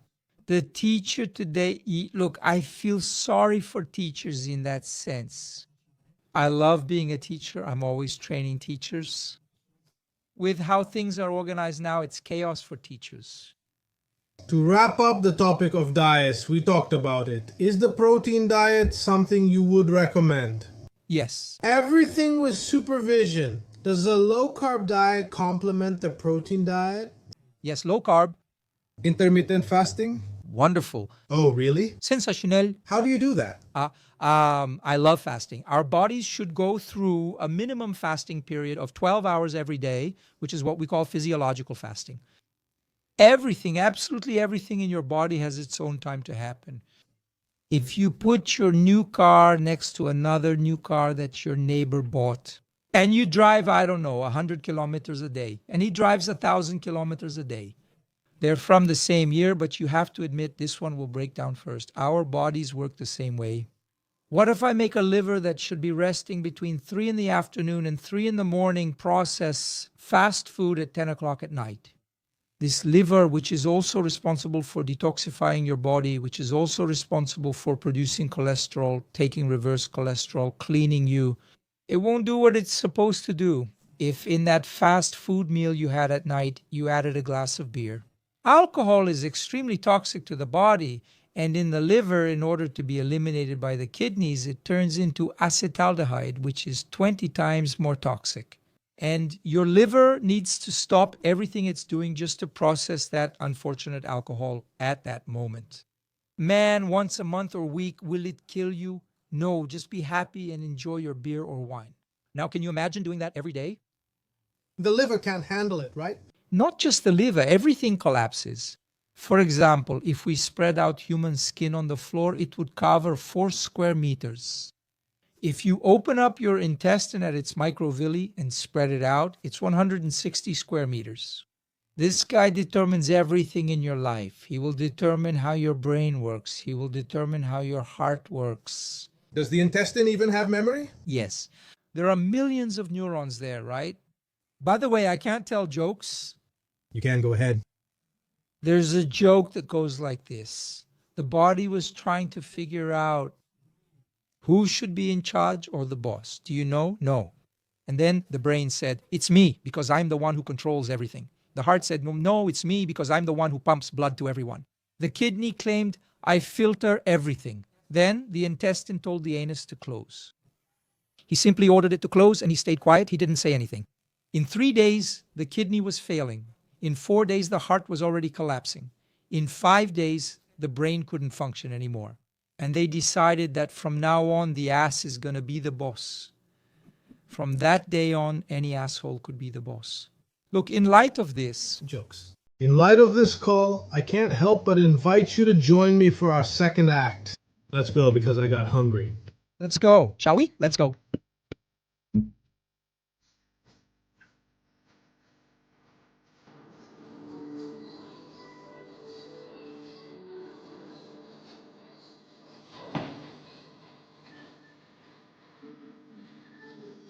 I'm even embarrassed to do what I had planned to do. Yeah, it's me, but I'm going to do it. I wanted to ask if you'd like to have some wine with me. Of course. Today is one of those days when it feels right. Friday is the day. Are you ever ashamed of a good wine? Never. You, coming from the south of Brazil, want to have a wine from the south? Actually, both of you are from the south of Brazil. Both of you are. Do you want to choose? I'll show you. I'd never do that to the homeowner. No, but I want you to choose. This one, Done. Why do I want you to choose? You're a food expert. Do you have any criteria for choosing a wine? whether you like it or not. Of course, there are specific things that sommeliers would say pair better with meat, pair better with fish, pair better with cheese. But I'm kind of an outlier for these things. I'm kind of contrary. So it's about what I like and what makes sense to me. I was also going to ask if there's any wine that's better for your health or less harmful. Or since it's alcohol, do they all carry the same guilt? Science has never been able to prove a direct benefit of alcohol use for health. We also can't ignore that food has a social and cultural aspect, sometimes even stronger than the nutritional one. So, a person who is sad and might be harmed by alcohol use, but who becomes happier by using it, will have more benefits than harm. It's always a balance, which makes sense, but exaggeration probably doesn't make sense, right? Exaggeration. Drinking too much always has consequences, right? So there's nothing like that. There's nothing. Or is there anything forbidden when we want to eat well? Or is it just the excess that's forbidden? I think that excesses are always seen as something bad that we should, right?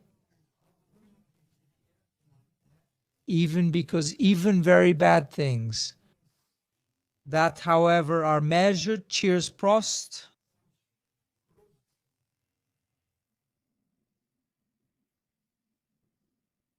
Very good. I've been drinking Brazilian wine as a choice. They're good. They've gotten good. In the past, they weren't, but now they're good. They're good. So let's drink them, right? I agree. And the prices aren't the best in the world, but let's drink them anyway because they're not more expensive than the others. They could be cheaper. I'm going to tell you something you'll like. Within this line of more natural nutrition, we usually say that everything that's closer to you will also be better for your health. Because the climate context, the pressure, everything you have in that space requires a very specific type of nutrient. The cold requires vitamin C, and at the end of the year, the heat, you need resveratrol, which is an antioxidant. So the closer you are to what you're eating, the better. And Brazilian wine, of course, we're on a continental platform, right? It's a big country, but I still prefer to drink ours here rather than from elsewhere. That applies to everything, including honey, right? Local pollen is better, right? Always. And Brazilian cheese? The same applies to water. The farther your water source, the worse it is for your health, even if the quality is excellent. So it's better to drink any Brazilian water than an Evian or a Perrier. Of course, because the pH level they have there, for example, is ideal for cold climates. The calorie burning you have in the cold generates a lot of free radicals. So water with a higher pH makes total sense. So that's great. Now you've solved the problem. Strongly prefer tap water Really? than a Perrier. Did you think I would reject you? Absolutely not. I'm just kidding. I prefer tap water over Perrier, yes. Explain it to me, please. When are we going to get the concept of water in our country? Even though the water that comes to your house isn't a Ferrari, it's within a standard and a level of care that makes it drinkable water. For example, Wait a minute, it's not a Ferrari, but it's messed up. It gets iron every day going through those pipes it passes through, right? Yes, ideally you would have a purifier here, and from that we could remove some of it. But the control you have over tap water is infinitely greater than what you have over mineral water, for example. Is this purified water actually good for us? Yes, Better than buying French water. 100% better. That's good news. That's the best thing you can do. Your body is 70% water. Water transports and brings all things. If its quality is poor, you're in trouble. Is local water better than foreign water? Yes. That's not a political issue, is it? No. The very transportation of the water will cause it to lose, for example, a good portion of dissolved oxygen, which is one of the criteria for water to be considered high quality. I am obviously overweight. What would you recommend I do? How is it? Do I start? Since I'm not going to have bariatric surgery. The big question is, do I need to change? Why do we have this current standard of thinness and muscularity? That's not always the definition of what we would call health. The other day, a colleague, Dr. Tiago Rocha, did a podcast and he said, having a six-pack doesn't mean you're healthy. And he was heavily criticized for that, but he's not wrong. Because having visible muscles, being at a good weight and all, of course it's nice, it's very attractive. But when you drop below 10% body fat, you start to impact several systems. Fat is essential for many functions. Anything under 10% is a problem. That's when the problems begin, right? For example, your lymphatic system is what distributes all your immune system cells. Lymph is made up of fat immune system cells, the so-called group of white cells, and water. When your body is in a process of intense energy expenditure during physical activity, it will draw on energy sources, which also come from the lymphatic system. So our immune system drops a lot. A person who engages in very intense physical activity can experience a drop of almost 50% in their immune system cells. For reference, a recent Israeli university estimate says, we have around 1 to 3 trillion immune cells across 9 or 10 types, right? If you do very intense physical activity, way above average, you can actually cut that number in half. If you have a virus there, just waiting, that's when it's going to hit you. A bacteria, that's when it's going to develop, right? Regular physical activity is a different story. So is it always very good? Answering your question, what would I do? I would do regular physical activity. This physical activity needs to require two things: cardiometabolic exercise, like walking or running, and the active stretching and contracting of large muscles. Working out large muscles means you're already covering everything, right? So activities like going to the gym, swimming, CrossFit, or dancing, why is that? Because in the weight loss process, I need two main things: to reduce free radicals. Because the weight loss process requires you to reduce free radicals. And an increase in mitochondria. Mitochondria are the organelles that are the power plants of our body. A muscle cell has around 200 mitochondria. If you have regular physical activity for 6 to 7 months, you'll have twice that. You'll have 400. So that's 400 little mouths eating more. In the weight loss process, this will help you. If you think that using the treadmill 2 hours a day will make you lose weight, it won't. It won't. That's not it. What's the right amount of time? Is it 40 minutes, an hour? It depends on the person. It depends on the age. But in general, that's what we usually say. For an anabolic metabolic activity, to get results, your heart would have to be beating at almost twice its normal rate. So that's what we aim for. Between 70 and 80 beats, so around 140 beats for at least 20 minutes to start having any effect. So between 20 and 40 minutes is excellent. Half an hour of cardio 4 times a week. Great. So am I all set? Sleep is also super important. Yeah, so what's up? When we're not sleeping well, what's happening? If you don't sleep, you don't live, right? Sleep is always the counterpart of life, so you can live well. A person who doesn't sleep well will be spending the coins of their life to stay in that condition of someone who doesn't sleep properly. Why can't we make up for lost sleep? No, Lost sleep? never. There's no way to chase after that. There's no way to reverse it. Am I aging if I'm not sleeping? Faster, and not just aging. Because the aging process is very relative, because I can have a chronological age and a biological age that vary a lot throughout life. However, the risks you're taking can be definitive. So, for example, if you don't have a regular physical activity, a regulating sleep that produces melatonin, gamma-aminobutyric acid, which are sleep hormones and also antioxidants, your cholesterol oxidizes. An atheroma plaque forms and then breaks loose. An ischemia death period. Ischemia causes a heart attack, causes a stroke in the brain, causes internal infarction, which is an intestinal infarction. It causes penile infarction, but no one discusses it. Penile infarction. Can you explain what that is, please? It's the same thing that happens to your heart, except it's your penis that gets screwed instead of your heart. The penis gets screwed? It doesn't return. Penile infarction is real and serious. But it doesn't kill, no. No, it doesn't kill, but it kills the guy's sex life, right? I wanted you to teach me how to use what you brought here, because I think it might be my salvation. There's Pampas tea, Savannah tea, Moroccan tea. There are more over there. Here are the blends. So show me. Here we have the tea. Will you take it out for us? No, you will. Sure, you can take it out. You can take it out. I'll leave it here if you want. Take your fork out, please.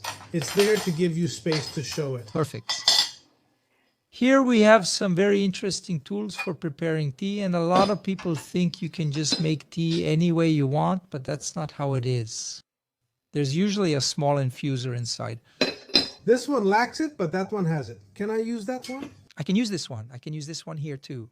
So here it is for you to choose whatever you want to use. there's also a really nice infuser here. We've already heated it. Look at this one. Let's take it step by step here. I like this double-walled cup. It keeps my hand cool, see? Yes, it's wonderful. Let's go over the techniques here so we can understand how to prepare a good tea. A lot of people think it's just about pouring hot water over the tea, but that's not how it works. And if Boiling too much isn't good either, right? it depends on what you plan to prepare. Let's break it down. Here, you have a type of tea. If you allow me to use those little cups over there, you're not going to use them now, are you? Everything is for you to use. Put it here for me, please. Look, this here is nettle root. But doesn't nettle make you itch? No, the itchy nettle is a creeping type. This one is tall. Back in France, I used to touch it and it would itch. Is this a different one? This one is the oika nettle, also called the big nettle. How are we going to use the root of the big nettle? Usually we prepare it either by decoction, where you cook it, or you let it steep in a cup for 10 minutes. And now comes, It smells like a forest, it does. it smells like a forest, and now the cat leaps. Are you going to put them together? I can't prepare them individually for you to taste the flavors, but I want to say some cool things here about teas. For example, all flowers, including hibiscus, All flowers, do you mean all of them? all flowers, including hibiscus. We use water at 96 degrees, guys, just one pass. In other words, I'm going to put it in here. I want you to test what I'm telling you. Please get me some water from over there.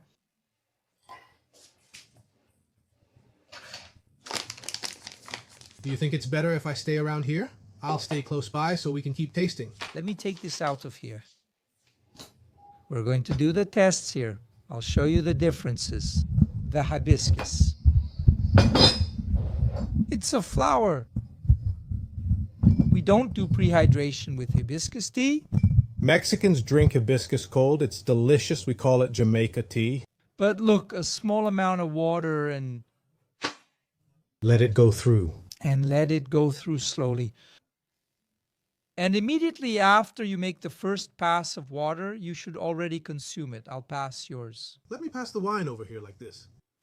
Why? Hibiscus is like green tea and like coffee. So we need to drink it immediately. If you made it, you have to drink it. You have 2 minutes to drink it.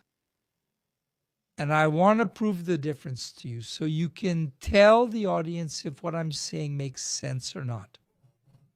The hibiscus tea is done. It's ready. It's red. It's wonderful. I'm going to pour you a sample here for you to try. You'll see that it's not strong. It has the characteristic tartness of hibiscus, but it doesn't leave your mouth dry. And it's an antioxidant. It's fragrant. It's smooth. I'll put it here so we can do both tests, so people can see. And we'll leave it here in the corner, let it sit quietly there in its spot, and we'll set the time here on our clock. Can I drink it? I'm already drinking it. Yes, you can. We'll set it for 5 minutes. Hibiscus can't stay in contact with water. If it stays in contact with water for more than 2 minutes, it gets strong, sour, and it oxidizes. And instead of being a powerful antioxidant for our lives, it becomes a poison, just like coffee. What harm does it do? Rather than acting as an antioxidant and fighting free radicals, it begins generating them. Wait, what's wrong with coffee? I don't get it. Coffee functions like hibiscus. Did you also bring coffee? No. But coffee, when we brew it, the caffeine that comes out, the extraction of caffeine. Coffee can't touch water for over 3 minutes. So if you poured the water into your filter and it took more than 3 minutes to go through, that coffee isn't good anymore. I use the French press. Excellent. 2 minutes, it's perfect, it's wonderful. I use a method I learned while living in Israel, one common in the Middle Eastern desert. You put the powder in the water, mix it, leave it for 3 or 4 minutes. Is that okay so far? Let it settle. When I cover it, it settles faster and I drink it. Perfect. As long as it takes no more than 3 or 4 minutes, great. The problem with coffee is the same problem as hibiscus. It's the same problem as green tea. If you put it in a thermos in 20 minutes, it's no good anymore. Besides, it tastes terrible. That little coffee from your aunt that you get during the coffee break. The one you pour from the thermos. But it can get worse. Picture a machine with a heating element that keeps boiling, making coffee last forever, but it gets even worse. Which one is worse? The guy who reheats yesterday's coffee? This guy is killing himself. That's cruel, right? To himself, man, let's be honest. Is reheated coffee bad for your health? Yeah, it's cruel. I know it's bad, but is it harmful to your health? Of course, it will do exactly the opposite instead of improving your mood. Now I want you to go to a smell test. Because now I'm not the one who's going to choose the tea, you're the one who's going to choose. All right. Should I choose without looking? You can. Blind test? You can, but it's like this. That thing that went through your nose, you're going to put your tongue on the roof of your mouth. Inhale and hold it for a little while. Then you're going to tell me if this one made more sense or if that one made more sense. More sense? What? Tastier? Yeah, your sense of smell will tell you to choose this one and not that one. This one smells a bit salty. Here are 3 blends. This one smells like chocolate. This one is comforting. This one here, this one is for a day in the countryside. Great. This one is completely Brazilian. This is the Pampas. Everything's fine in the Pampas, in the sun. Is that where you're going? What do I feel like doing right now, at this moment? This one's too plain. There's no vanilla here, right? No? No, I was interested in all of them and wanted them, but now I'll have this one. Great. I'll prepare it for you like my grandfather did. These are thicker leaves. Therefore, unlike what happens with hibiscus, we should let it rest for 5 minutes. Every tea that has this characteristic gets a prehydration, something that almost nobody does. Leave it in cold water for 1 minute. When? Before you heat it up, before you prepare it. Is it like chimarrão, adding cold water first? That's right. It's the same principle. If you put hot water in the chimarrão, people say you burn it, right? That's not it. The idea isn't to burn it. It's that you need to do a prehydration so you can extract its medicinal properties. I love chimarrão. So here in this cup, This one will remind you of chimarrão, right? a bit, since it has yerba mate, right? I just need some cold water if possible. Cold. I can get mine here if that's okay. Sure, no problem. A really quick prehydration. Now it's time for you to test the hibiscus theory. The hibiscus is gone.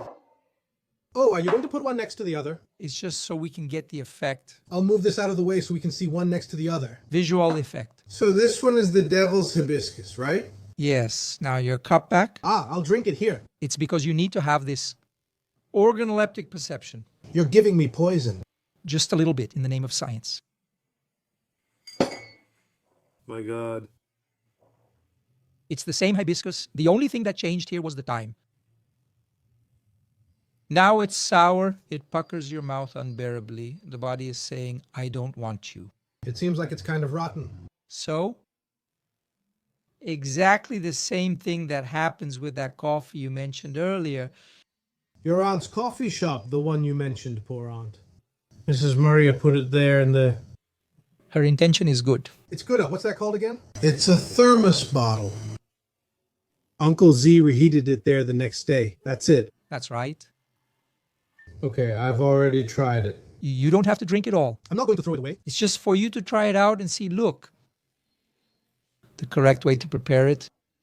Here you have chamomile, which would follow the same logic that I'm showing you here. Is it for sleeping or not? It's mildly sleep-inducing, but it has another function that's very interesting for sleep. It causes a muscle relaxation effect. Remember, sleep is a top-down process, but also needs to happen from the bottom up. If you try to sleep while tense, you won't be able to sleep because your brain will say something's wrong. What's going on? What do you mean sleep comes from the bottom up? If you don't cause it, It's not from the sack like you said, right? did you know that the parasympathetic system that leads a man to pleasure is also the same one that helps with sleep? Oh, really? That's not what happens with women. Is that why it's good to have sex before going to sleep? And you have sex and sleep, right? The man does. And the woman, usually since She waits for him to look, but he's already asleep. but the one mostly involved in the female orgasm is the sympathetic nervous system, which is what makes you. So the female sex, this Is that who, the male? female, The woman. she usually gets more agitated than the man, but this isn't always the case. But on average, women will always tend to get more agitated during orgasm and men right after orgasm. Sleepy, he sleeps. The guy smokes his cigarette and the woman says, wow, he doesn't want anything else with me. Is it a hormone issue? Exactly. By the way, Or understanding, right? Because then if you understand how the system works, you won't get mad at the other person anymore, right?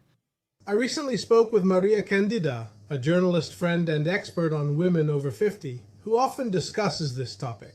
I started to think that our whole problem between men and women is hormones. Is that right? A big part, I would say there always is. There are two problems, hormones and the devil. The devil of temptation. Ah, that's another story. You have to stay far away from that one. Please, take the test of the Pampas blend. Is this from the Pampas? Is it time for it? Yes. You'll see that it's smooth, it's calming, it's a tea that hugs you, it leads you to tranquility. If I drink this at night, will I sleep better? Partly because it has yerba mate, and yerba mate tends to make us a little more alert, however, still within that average calmness, right? We always think that yerba mate is super stimulating, don't we? It's actually a mood regulator. That's really good. What would be good for sleep is mulungu. And Melissa, is it this one here? Who is Melissa? I don't know her. Melissa. In some places, it's also called false mint, false lemon balm.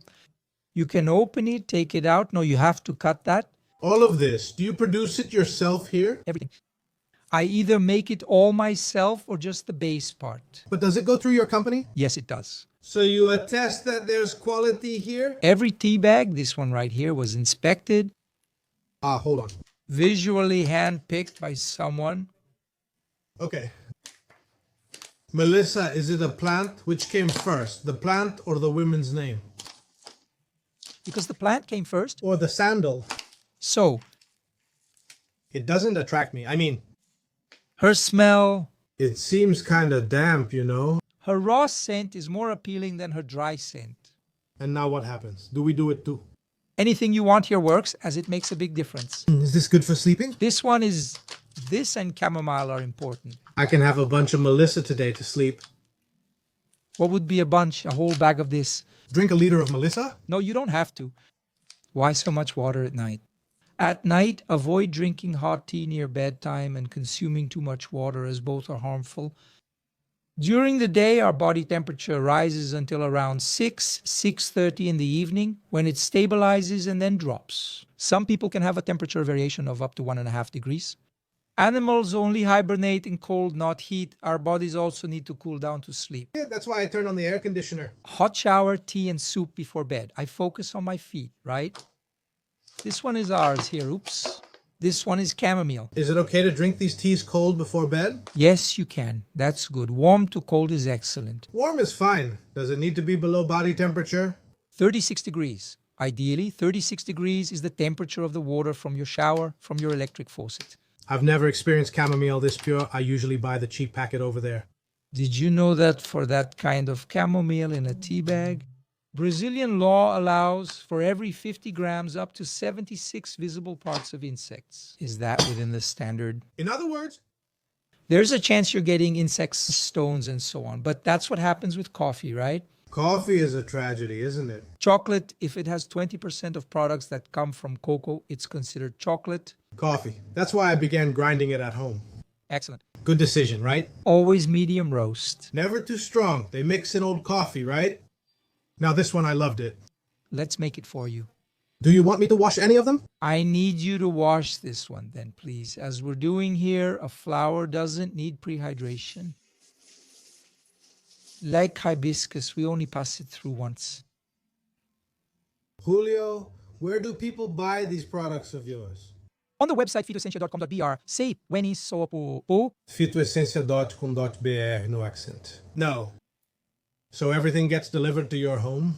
Yeah, all over Brazil. And for those who don't understand how it works, well, they're already getting a good tip from us here today, right? But there's a lot more there. Can you just go out and buy it, or do you need some guidance? In some cases, yes. In others, I guess not, right?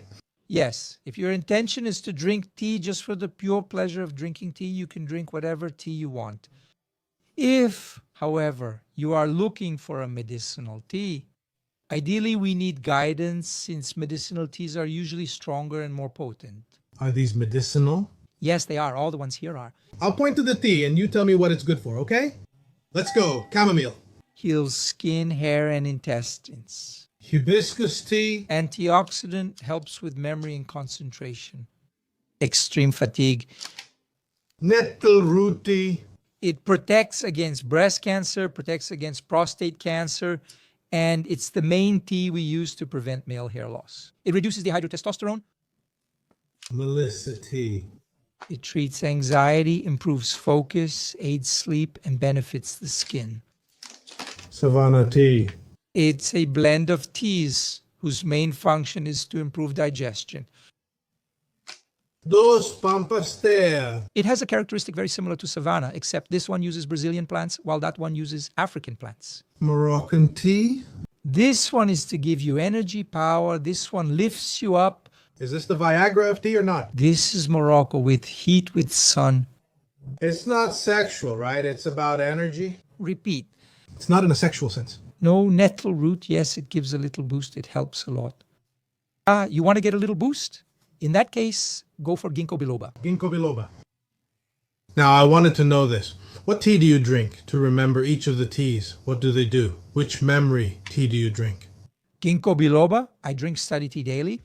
Is that it? But is there anything you do for your memory? I really like ginkgo biloba and ginseng. That's right. You have it the same way. Here you also have these ginseng as well. Yes, ginger also helps a lot. A single pass doesn't take more than a minute. How can I tell which is the single pass? Everything that's a flower, all the flowers, lavender, jasmine, chamomile, hibiscus, they're all flowers, right? With calendula, when we pour water over them, you'll see that it doesn't get bitter, it doesn't get oxidized. You really taste the flavor of the plant. Which one is this? This is chamomile. Did we take this one? No, this is nettle root tea. You won't taste much with this one. It tastes like water. Drink it with the water I brought from the woods. It's basically water. Look, but this one is more for its function than for its taste. I was going to suggest the following to you. I'll leave it here. And we talked a lot about well-being, about how you can help people feel better. We also talked about how you made your family feel better.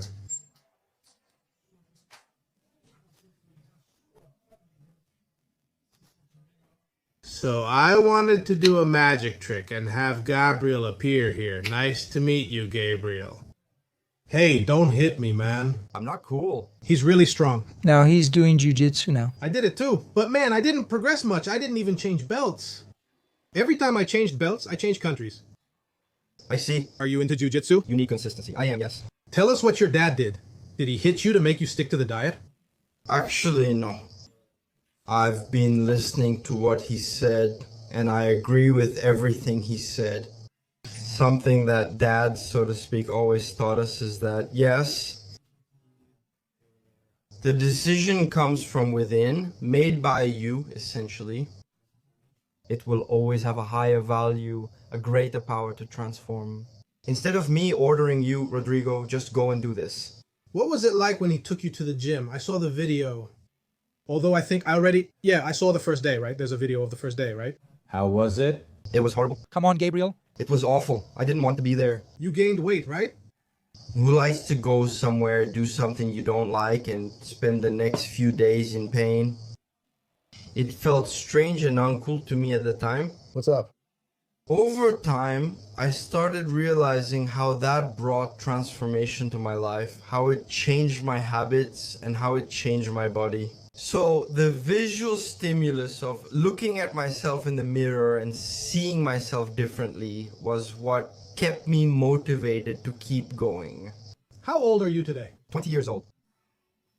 Now that you've reached this physical shape, what's your motivation? Let me see. Show me. Come on. Take off your... Just a hug. Show your arm. There you go. I'm not that ripped. What's the motivation now? The motivation today, believe it or not, this is actually a dilemma I've been going through. In this last year, when I went through some injury processes and limitations that kept me from being an athlete, my dream was to be an athlete, a bodybuilder, even a professional one. Isn't it anymore? As my main goal, no. Do you want some tea? No, thank you. Today, he is an athlete for fun. Exactly, an athlete as a hobby. Do you want cheese? I don't thank you either. Do you want tea? It's okay, then I'll have a sip, thank you. So, like, today my biggest motivation is to look at myself in the mirror and feel good. I think this aspect, both longevity and aesthetics, makes a lot of sense to me because in the past I suffered a lot with this. So, Suffered what? Bullying. How's that? precisely bullying. Well, ill-intentioned people, children without guidance, that's what it is.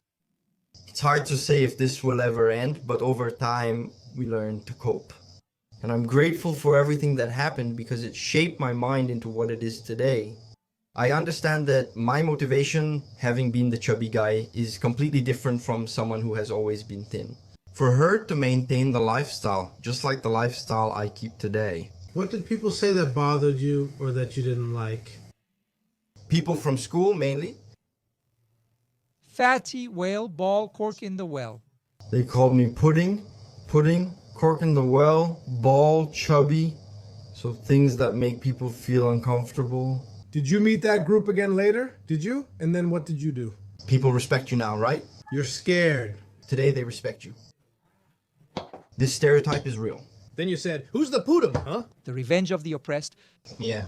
And I've always had this competitive streak in everything I do. Did you win that competition? I won that competition both in my head and in real life. There were some championships where I was the champion, so that motivated me for a long time and still motivates me.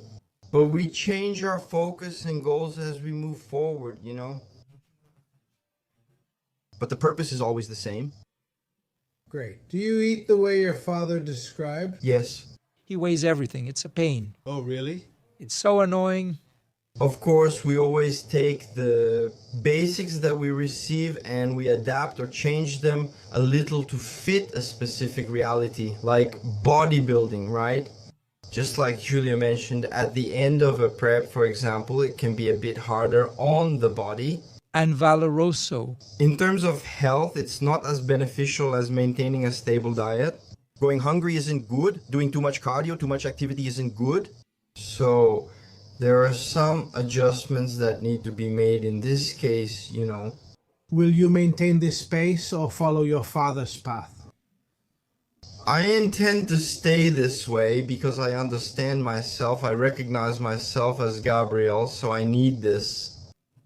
I tried living a bit without it, not being able to train, not being on a diet. Observing myself in that context, I don't recognize myself. So I need this to reach that level of well-being, of satisfaction at the end of the day. Rodrigo, if you allow me, In neuroscience, we work a lot with the idea of habit formation through the creation of neural networks and a neural network. It doesn't form out of nowhere. It needs time, investment. You really need to do it. Our body reacts to anything unnatural. And this process of doing what isn't natural causes pain for everyone. It's not just for him, for you, or for me. It's for everyone. What is it that's not natural that you're talking about now? Exercising isn't natural. What's natural is sitting on the couch and watching the world go by. Isn't natural just the caveman walking and carrying a tree trunk? He walks out of necessity. Resting and taking it easy is what's natural.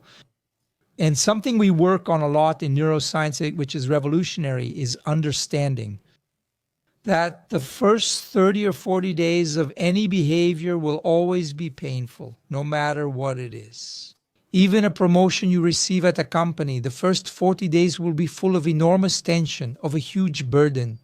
Every change is like that. Not to mention imposter syndrome. Not to mention imposter syndrome. He's just exaggerating, right? I can't do it, I won't make it, it's impossible, etc. But there's a very interesting phenomenon that happens in our brain. The brain doesn't like pain. When you keep doing something that causes you pain and you change your mental state about it, something happens in the brain. It's what we call a polarity inversion. What used to cause you pain now gives you intense pleasure. 2 examples: physical activity and black coffee without sugar. It's unmatched. People who add sugar say, I could never do that. Ask someone who now drinks black coffee without sugar if they would return to drinking it with sugar. I did it 30 years ago, but it's impossible for me to drink coffee with sugar. That's what I'm talking about. I've already been really embarrassed when I went to the Arab world and was welcomed into people's homes. A little coffee, please. Could you make another, ma'am? I can't handle this one. And you can't stop exercising. If you stop, it hurts. If you stop, it hurts. If you're going to get addicted, let it be to something good, to a good habit. Are you guys listening? Man. Phone here. Sorry, it's mid-conversation. Can I answer quickly? Of course, go ahead. Huh? Yes, doctor, Ju is here. Okay. She said you already hugged her. Yeah, where was that? In Paraná? She says she loved your hug. What's your name? Oh, she said to thank you for being here. Thank you very much for Gabriel's presence here, but now the conversation is with you. All right. Thank you, Gabriel. Thank you. What is your name, ma'am? Tree? Mrs. Tree, Don't you hug her? every day, Shall we hug her? every single day. So, shall we move on to the third act? Let's go. Let's get out of here. So how do we do it? Do we hug a tree? Teach me. Here, it's physical contact with it. What do we have to say to it? Don't say we don't say anything. Don't say anything. I think the communication here, it makes me emotional. However, here it's a biological process and phytophotobiomodulation. Phyto means plant, photo means light, bio means body, modulation.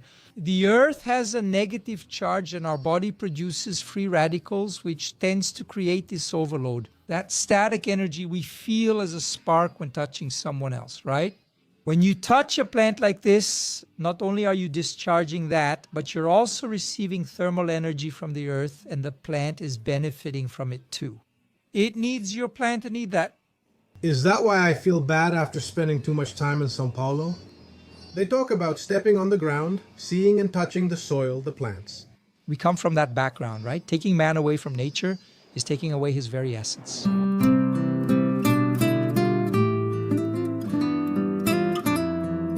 I have 2 things I want to introduce to our environment to make it more reflective. First, I wanted to understand the possible use of these substances, prohibited substances, some of which are no longer prohibited. I'll mention a few and maybe we can discuss them. Sure. Psilocybin, which is found in magic mushrooms, has proven potential. Top-level scientists from Johns Hopkins and various universities have shown that psilocybin increases empathy and creates connection between people. Would you recommend it if you could, if it were allowed? Do you agree that there is a possibility that some innocent people are in prison? Of course. So releasing them would be good, right? Right. So would you open all the prisons? No. That's exactly the answer to your question about psilocybin. Not just for it, but for other substances as well, which are considered medicinal plants with very significant psychedelic results. Positive? However, with professional guidance and within a mental framework, so that this person can handle what they will open and what they will see on the other side of the door. Because behind the door of the unconscious, there are beautiful, wonderful, amazing things that are sometimes worth experiencing. But there are demons back there that need to stay locked up. And sometimes a psychedelic like a mushroom, the sun mushroom, and others that contain psilocybin can open a door that's hard to close. But science shows that if you take psilocybin in controlled, well-controlled doses, it's good for you and doesn't do harm. What is the ideal dose of poison and medicine? If you take too much, you'll die, right? There isn't one. We can't know. And that's exactly why professional guidance is necessary at this point. Because we don't have a safe dosage for alcohol, psilocybin, ayahuasca, or any others, to the point where it becomes a standard for everyone. Unlike paracetamol or lidocaine, which I can measure more precisely. Opening the door to the unconscious brings you things that can't be put into a protocol. So look, I'm not forbidding it, nor am I saying I'm against it. What I'm saying is that I'm absolutely in favor as long as there's professional supervision. Ah, I see. It can help, but we don't notice. The issue is controlling it, right? Yes, even alcohol and heavier drugs can have benefits. Morphine, for example, is used in hospitals for pain control. Ayahuasca used in Santo Daime rituals. Same principle. I, Júlio Cesar, have 4 patients who are currently psychotic and discovered they were psychotic during an ayahuasca session. Caused by ayahuasca. Precisely because it opens our unconscious, has a flow from the unconscious to the conscious, which intentionally has a huge door to prevent the reverse flow while we're conscious. So I don't tell him what he has to be. I keep doing things, living experiences, and he interprets that in his own way, in his own style. When I use ayahuasca, I open a door that gives me access to a dungeon, to a side of my brain that consciously I don't have access to. Imagine that in a situation like this, you let out something that should have stayed locked away. And it's not just ayahuasca. Poorly conducted hypnosis itself can be an element that causes this. I did hypnosis once. I was hypnotized. And how was the experience? It was all right. I did it in France. She was a hypnosis specialist, and I did a kind of session. I don't know what you would call that. Regression, maybe. It's a technique. Yeah. And I really went back in time. I was able to see what seemed like boxes hidden in my memory. It was a very pleasant experience, deep. Guided by a professional who knows what he's doing. It's beautiful. It's a walk in the park. It's a wonderful thing what we've seen today. And that's where I have, as a professional, a very big limitation. It's about you being able to go online today and buy psilocybin as much as you want, buy ayahuasca as much as you want. That's a problem. That's true, right? There's psilocybin for sale on the internet. It's more common, like Gabriel, the peace pipe thinker, says it's more common than bread. Unfortunately, right? And cannabis, weed? Cannabis, of all the medicinal plants I've had the opportunity to study, is one of the most incredible plants in terms of potential. Not just medicinal, but also for everyday use. We make cannabis perfume, we make cannabis clothing, we make cannabis bricks. So as a medicinal plant, it's absolutely amazing. The question is someone who is using cannabis without needing it. For example, if a child has attention deficit hyperactivity disorder, or if it's a child who has psychotic episodes, or a person who has epilepsy, it justifies the suffering that person is going through. I balance that with something that is going to cost me something. Now, a 16-year-old who has absolutely nothing to treat using cannabis, We know today that it is a plant that has the potential to reduce, for example, part of the neocortex.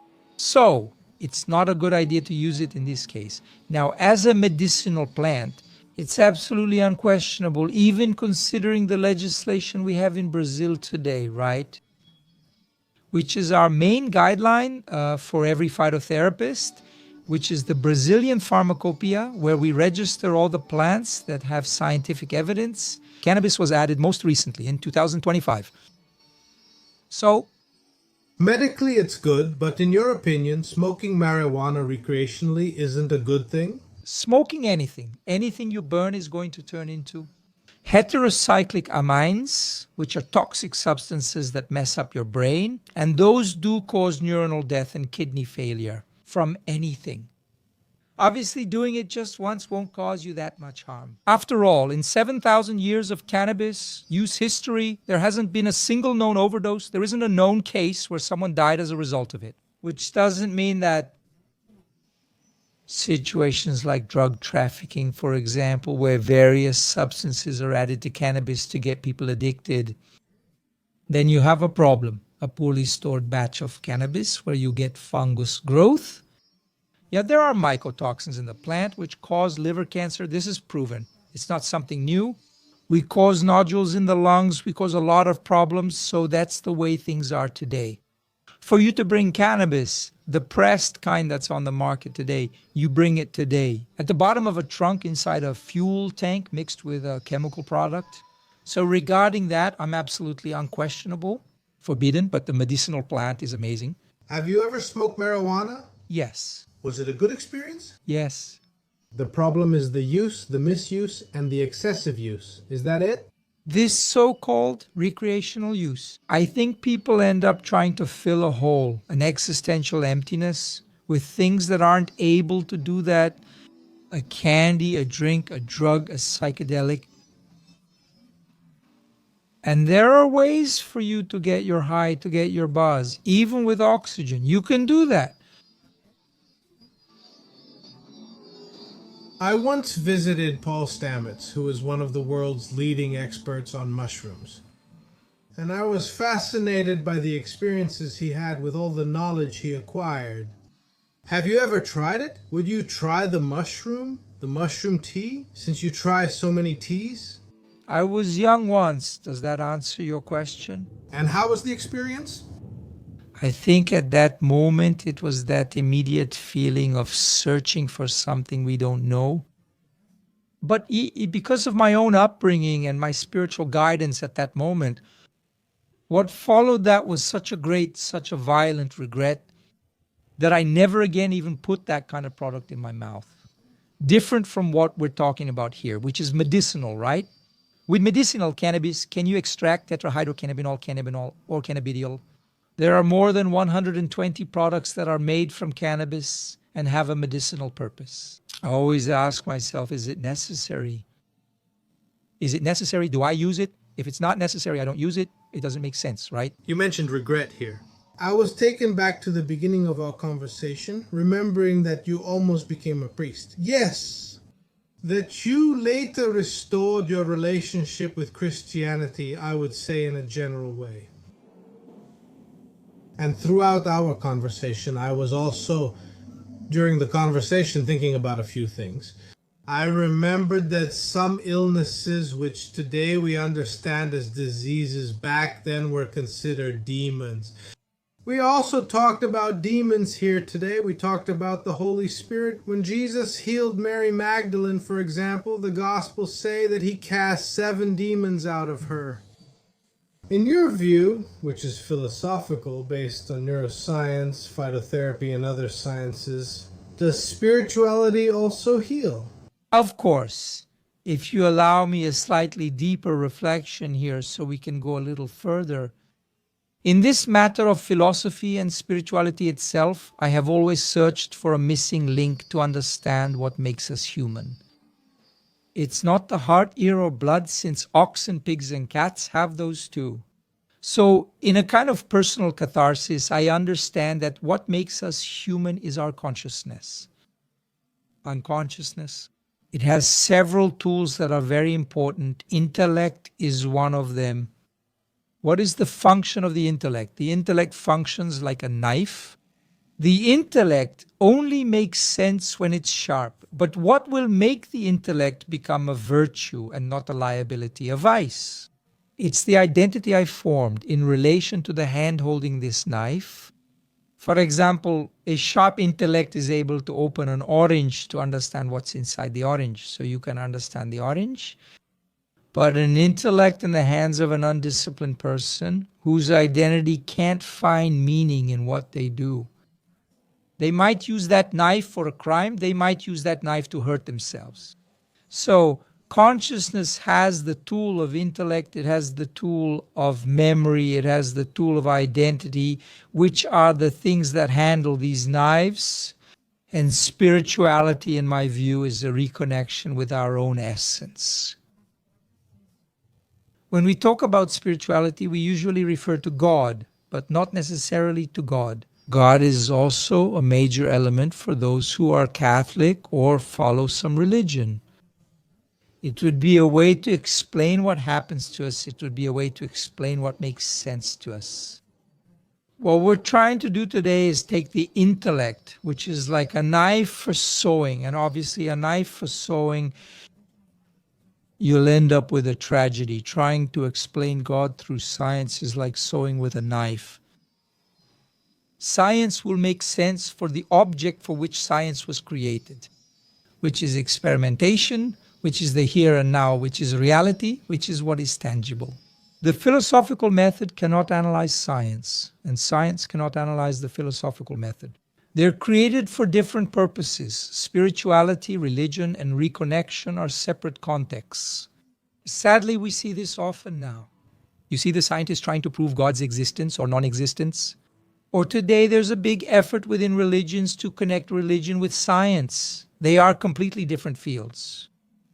And what I said in the previous act, that consciousness, science, is the highest state of knowledge, will have several elements. So you reach the same end.